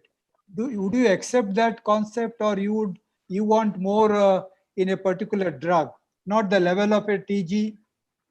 No, but I mean any drug that will reduce triglyceride, and I'm particularly focused on drugs that not only reduce triglycerides but also the cholesterol content in the lipoproteins. Yeah, because that's what causes atherosclerosis. But of course, the drug you talk about, I don't know, I haven't read that much about it, so I can't really. I know you use it a lot in India, but of course, it's such a drug you would love to have a large phase 3 trial that showed that it actually reduced cardiovascular events. I mean, that's okay. That's the problem. Yeah. I think the other question I wanted is that in reduced IT, the EPA showed reduction in CRP, which was much more pronounced than the reduction in triglyceride, 40% reduction in CRP, and a 20% reduction in triglyceride. What about fibrates? In any of the studies, have they shown reduction in CRP? I don't think it was studied, but I apologize, just correct you a little bit. So in the REDUCE-IT trial, it was not a 40% reduction in CRP. It was a 40% difference between the two groups, because the mineral oil group, I think, had almost 30% increase in CRP. Oh, okay. So this huge difference in CRP could be a deleterious effect of mineral oil, okay, rather than a beneficial effect. Beneficial yeah. Yeah, because when you look at the strength and the REDUCE-IT, then when you look at only the active oil, CRP is reduced almost the same in the two groups. So the big difference is actually that CRP goes up in the mineral oil group. Why it does, I can't tell you for sure, but I mean, that's the thing. I'm not aware of how well it has been shown in the fibrous trial with the CRP difference. So there's some mystery about the REDUCE-IT. I think so. So No, the other thing I wanted important to ask you is, when you are starting a fibrate and you are targeting a TG level, are you looking at fasting or you are looking at non-fasting state? Always. I can tell you, in my country, we only look at non-fasting because Okay. we don't use fasting anymore. No, our problem is that the difference between fasting and postprandial sometimes is to the tune of 25% because of the type of diet which we take or the patients take. But did you ask me what would I prefer to look at? I would prefer to look at the random non-fasting, because I think that's what most commonly found in that patient. If you force them to fast, then you find an artificially low levels and not getting the real risk. So I much prefer to look at the non-fasting, not necessarily not a postprandial test, but just a random blood sample. I think this is much more telling about the level in the patient. No, Boga, but if you say random means, what is that, say 4 hours, 6 hours, 8 hours? I personally thought maybe a 4 hours, maybe 3 to 4 hours. Because many times, patient come to our office, and as you rightly showed, we do fasting only glucose tolerance, and I have been following your advice right from those years after hearing you.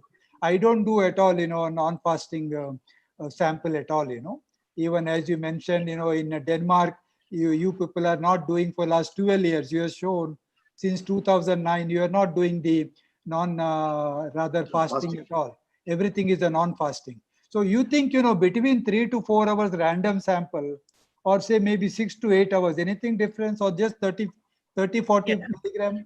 Of course, there's a small difference, but the thing is that most patients come and have lipid tests many times, and then maybe sometimes it's 2 hours ago since sometimes it's 5 hours ago. So over the years it will level out. So I'm not worried. And I look at these big population studies. When I look at non-fasting TG levels in the same people 10 years apart, it doesn't change much more than LDL does. People think it's very variable, but I think you as a clinician sit in a lipid clinic, then you used to have the ones that have very high levels, maybe 5,000 milligram per deciliter. And then you, on an absolute scale, you see it changes a lot. But when you look at a relative scale, it doesn't change so much. So non-fasting is not so different. It's a pretty good the same in the same patient. So I would never try to say now you should come 3 hours after. I think it's too complicated for most patients. I just take a blood sample whenever they come. Yeah. Yeah, there are a couple of questions on the chat box, Dr. Nordestgaard. So Dr. Ramesh Dargad is asking that do you have a different target of triglyceride levels between primary and secondary prevention? I think generally it would be the same like for LDL cholesterol, that if you have secondary prevention, you have very high risk, then you would want to bring triglyceride vitipotence down more than you would for if it was pure primary prevention. I certainly would say so. But I'm not giving you a specific number, because, if you ask me overall, if you decide to treat lipids in a patient, I would always bring LDL down as far as possible without having very expensive drugs, and I would always bring LDL triglycerides down as much as possible. in any patient. I'm just thinking if it was myself, if it was primary or secondary, I bring it down. So like just an illustration, I have nothing with my heart, nothing cardiovascular disease, but I still take 80 milligram atorvastatin daily because I believe in evidence-based medicine. Only point here, Boga, I totally agree with you. And that is what is our standard of at least our personal approach in this problem. Now you mentioned, one LDL, one LPA, and one triglyceride. I agree, LDL, I want to be very aggressive. Triglyceride, I want to be aggressive. What about LPA? Anything in the medical you would like to do, or just getting LDL down is enough? Well, it's not enough, but the problem is we don't have any drugs yet. So how you manage? There's this big phase 3 trial running now, the Horizon, and I'm actually on the steering committee on it, so I follow it, of course, very well. And there's other companies that are developing Lp(a) lowering drugs, but until we have results from these phase 3 trials, we can't do much more than just bringing LDL down, bringing triglycerides down as much as possible, and of course, non-smoking and exercise and all the other stuff yet. But you can't do anything for LDL right now. I mean, the only thing you really could do in the past was niacin. But niacin, of course, because of these additional trials that showed more side effects, we knew about these side effects beforehand already, actually. But then I think the interest for niacin has dampened. So we can't do anything more. But of course, what we can do right now is we can measure Lp(a) widely. And that I fully endorse as the European main guidelines. They say you should measure Lp(a) once in everybody, because at least then you know who has the very highest risk, and then you can more aggressive treat the other lipids. And then when some treatment become available, then you know about these patients and not at least their families. So are you talking of Horizon CVOT trial with Pelacarsen? Yeah, Horizon, yeah. No, from Novartis, yeah. So till then, Boga, so your LPA high level, you keep LDL around 40 or so, or triglyceride less than 100, at least till we get the drug. How is your approach, Yeah, as low as possible. As low as possible?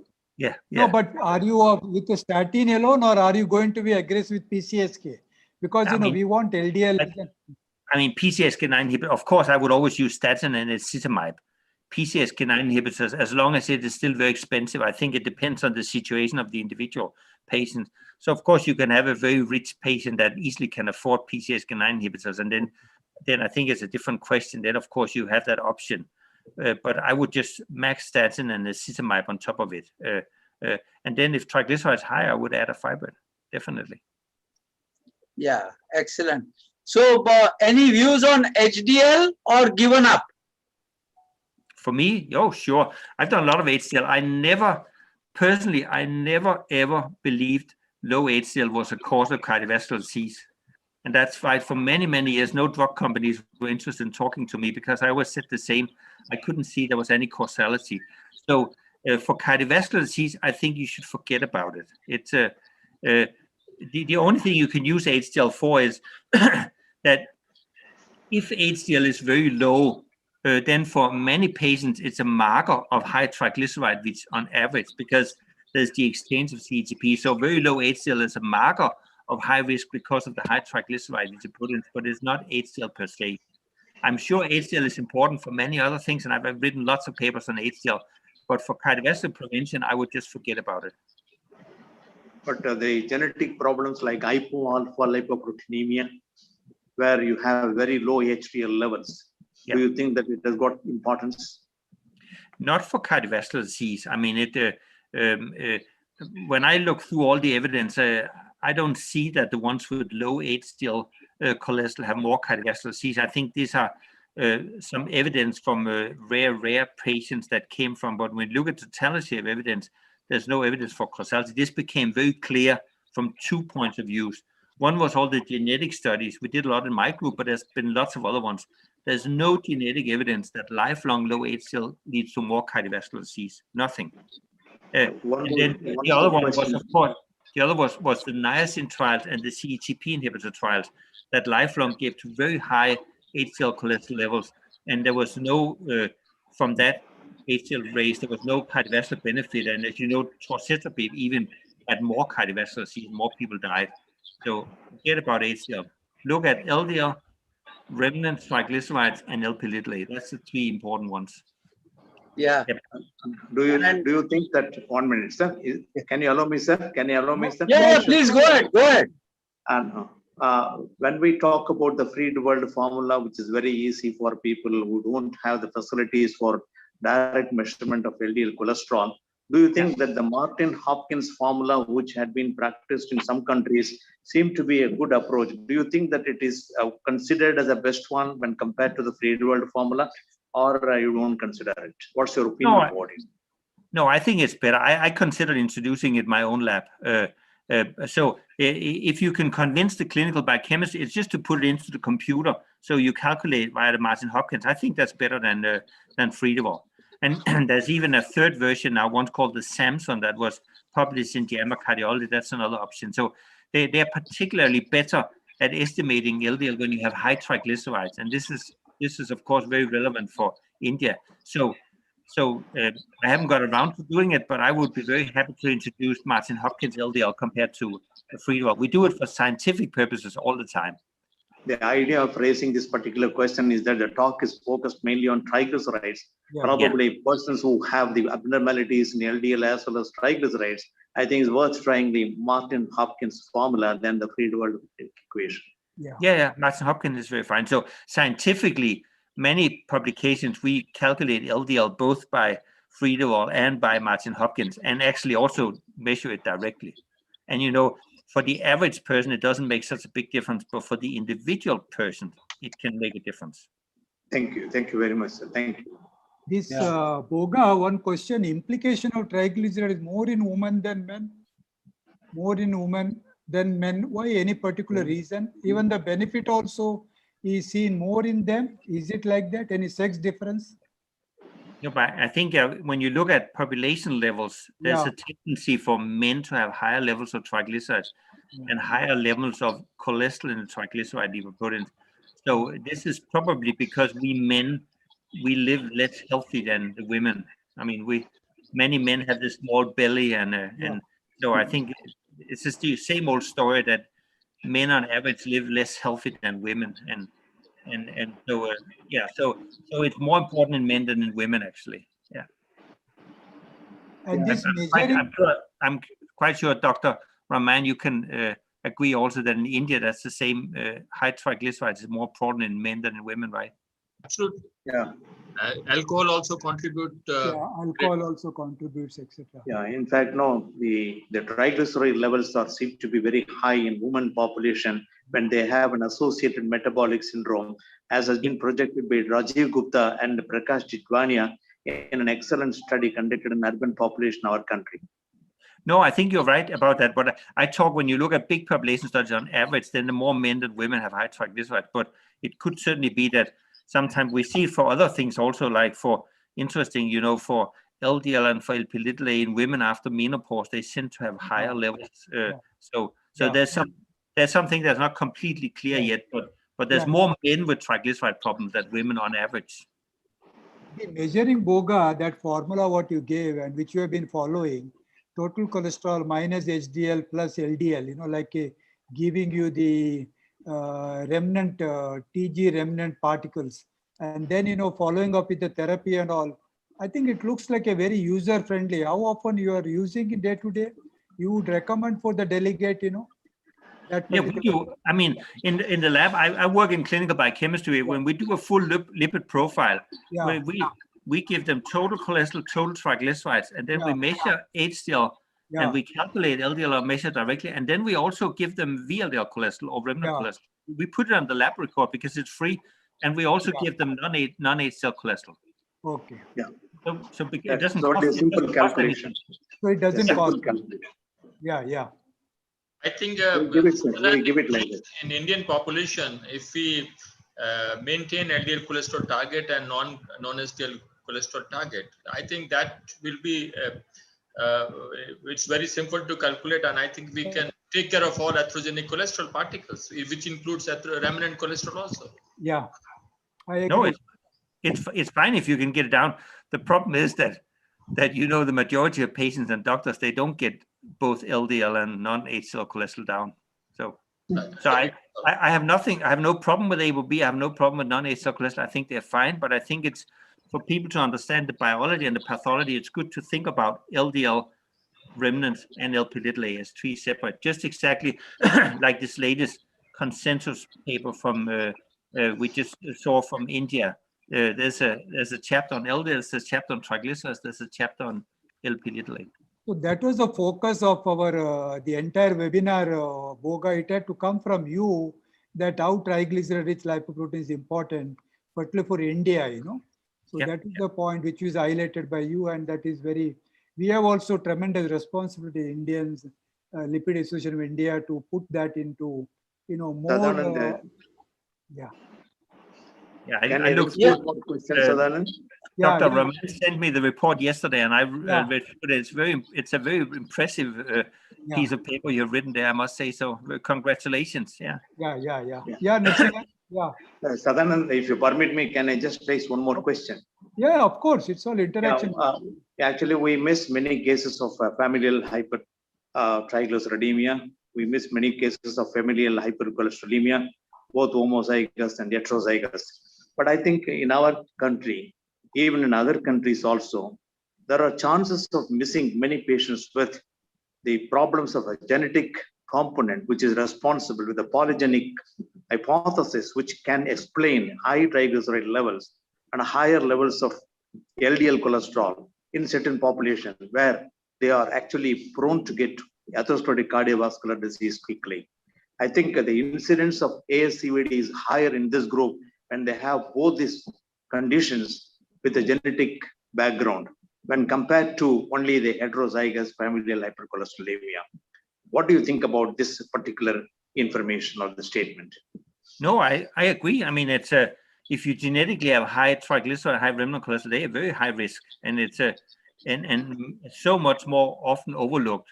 I think familial hypercholesterolemia is a bit easier to identify because they're very high LDL, but you don't need quite as high triglycerides or remnants on a genetic background to get the same atherosclerotic cardiovascular disease risk.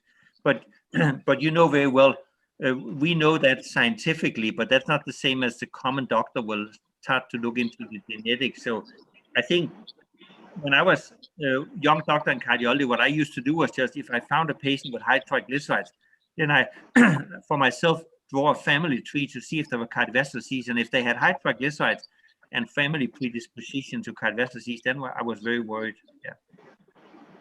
So thank you very much. For metabolic syndrome cases, do you do serum insulin levels, fasting or so? When you are suspecting high triglyceride metabolic syndrome, do you do insulin levels or you don't do and give up?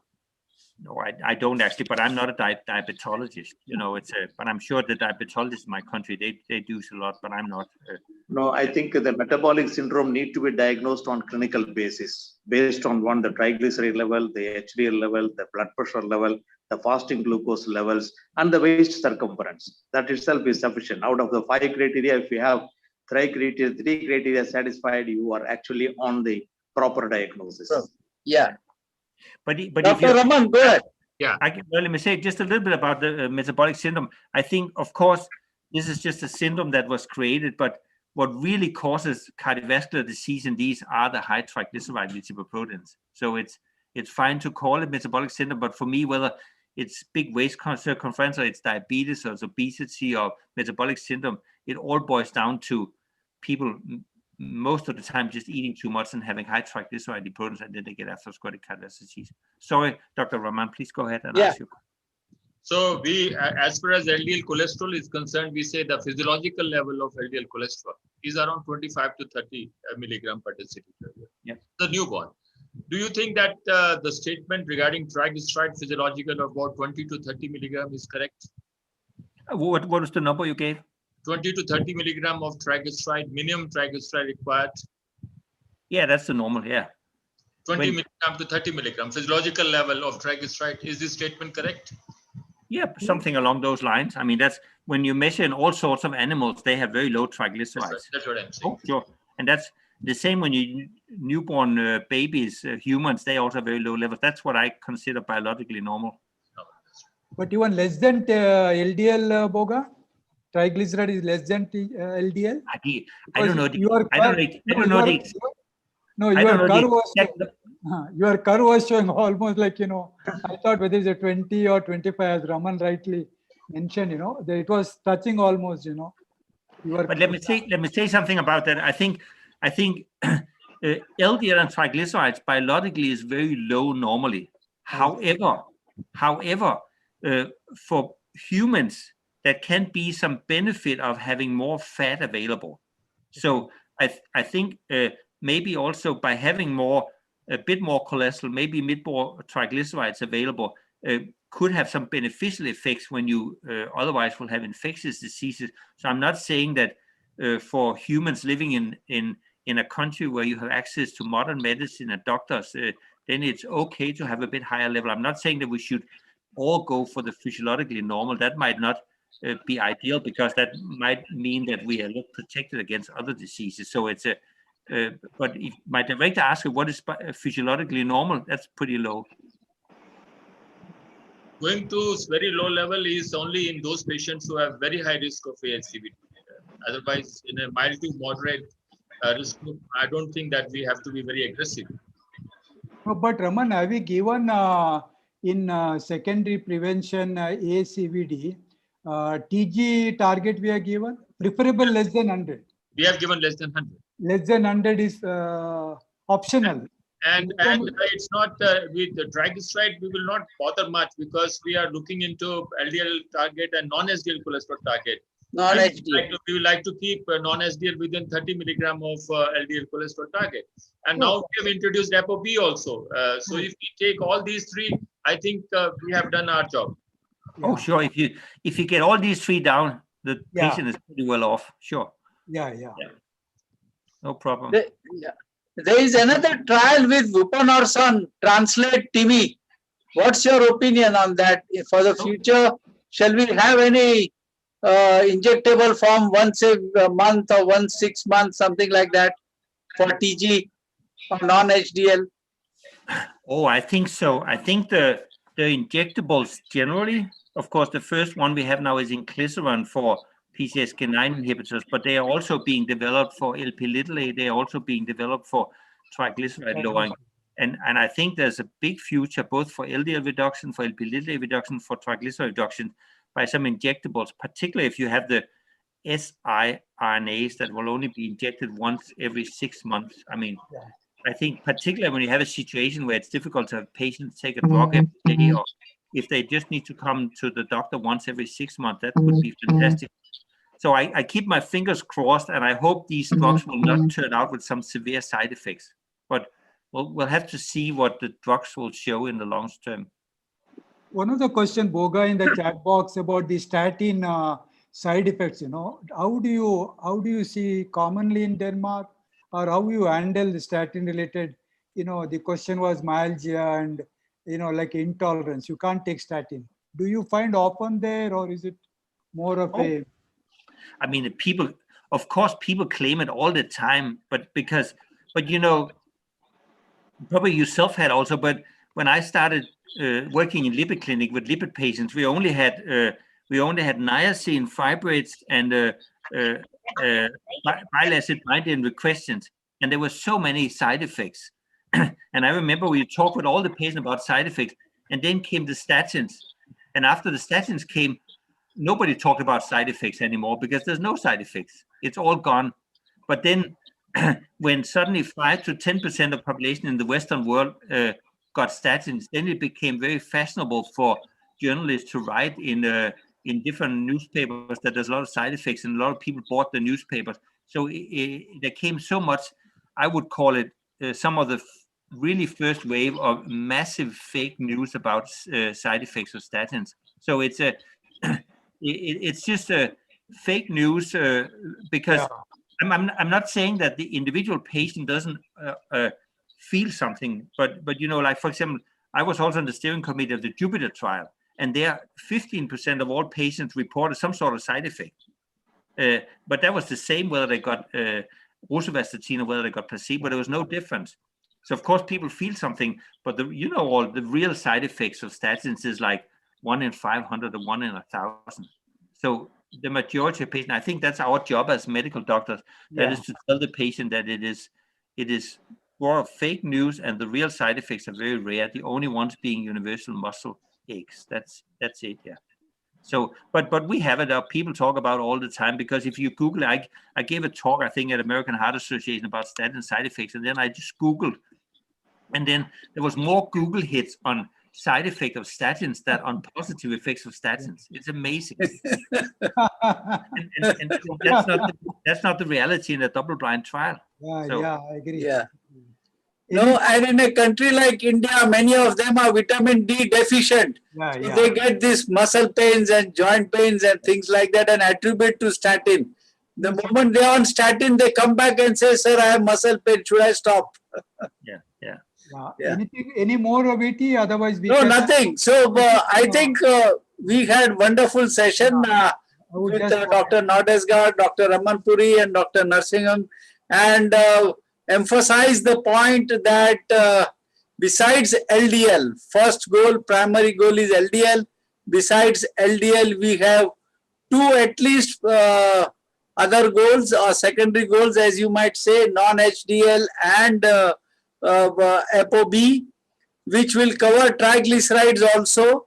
So in that sense, after you have given full dose of statin, if you have these parameters not achieving that target, then Dr. Nordestgaard has no hesitation in adding a fibrate for a triglyceride with all the data of meta-analysis behind that. In the future, of course, we will be having many more molecules, especially the Sirna molecules in injectable form. But till then, we have to accept this. Vascepa or EPA is pretty expensive. Couple of my patients are taking, but it is like 2,000 rupees a day they are spending on just the full dose of Vascepa, that is 4 grams. So I think it is pretty expensive. And as Dr. Nordestgaard said, that the other omega-3 fatty acids in small dose are not going to be helpful. So let us not waste money on that and concentrate more on giving a statin and a fibrate rather than giving something which is not proven. So with that, I think we will end this session, and Dr. Nordestgaard to tell you that we have approximately more than 1,500 people who logged in just now for this session and took the benefit of your talk and Dr. Ramanpuri's talk and the discussion we had. So I thank Lupin. Dr. Sadanan Shetty, yeah, please go ahead. Yeah, just in continuity of Dr. Vitisha's comment, I must first thank Dr. Borge for accepting our invitation, and we would like to be closely connected to you, both as our organization, Lipid Association in India, both Chairman Dr. Ramanpuri and Dr. Narsingh and Vice Chairman are there. We want your continuous academic support, and even whenever we want to have a physical conference, we would like you to be here in Mumbai or any other metro. So first of all, I must really thank you so much that I don't have words to describe you. And so also my Indian faculty, Dr. Ramanpuri and Dr. Narsinghan, giving us very, very valuable insight regarding how exactly we should treat hypertriglyceridemia and how high triglyceridemia is both the causal factor and what are our targets. One new thing I've learned from Borge's talk today, of course, every time when I hear something new. So today, one sentence or few words I want to say: fatty food, fatty body, fatty liver, fatty blood, and fatty heart. So I think, with this, possibly, I think that particular word, describes in nutshell. And the last slide, what he has shown us, that, gives us the complete picture. And I would appreciate, you could send your PDF file to to me, Vitisha, our CCI, and so that we can share with both in the Lipid Association and in our various forums. And I must also thank Lupin, because in just at the stroke of my time when I said, I want to conduct this meeting with Dr. Nordestgaard, they immediately agreed, and they've done a marvelous job in contributing us in our complete, as you know, unrestricted education support to us. So I would like to thank also, I don't know if Vanita or Govind or Gagan want to say anything. Otherwise, I would like to wind up by saying, thank you on behalf of CCI as well as Lupin So Lab. let Govind talk. Govind, can you say the final words? Yeah, they said possibly they will not, that's what possibly. I Yeah. think it has left to me. So I would Okay, fine. Go ahead then. to conclude, Boga, and you would like to keep in touch. And thank you once again, Raman Puri, Nursing, and all the delegates for joining. And thank you once again. Bye. See Thank you. Bye-bye. Stay safe. Bye-bye.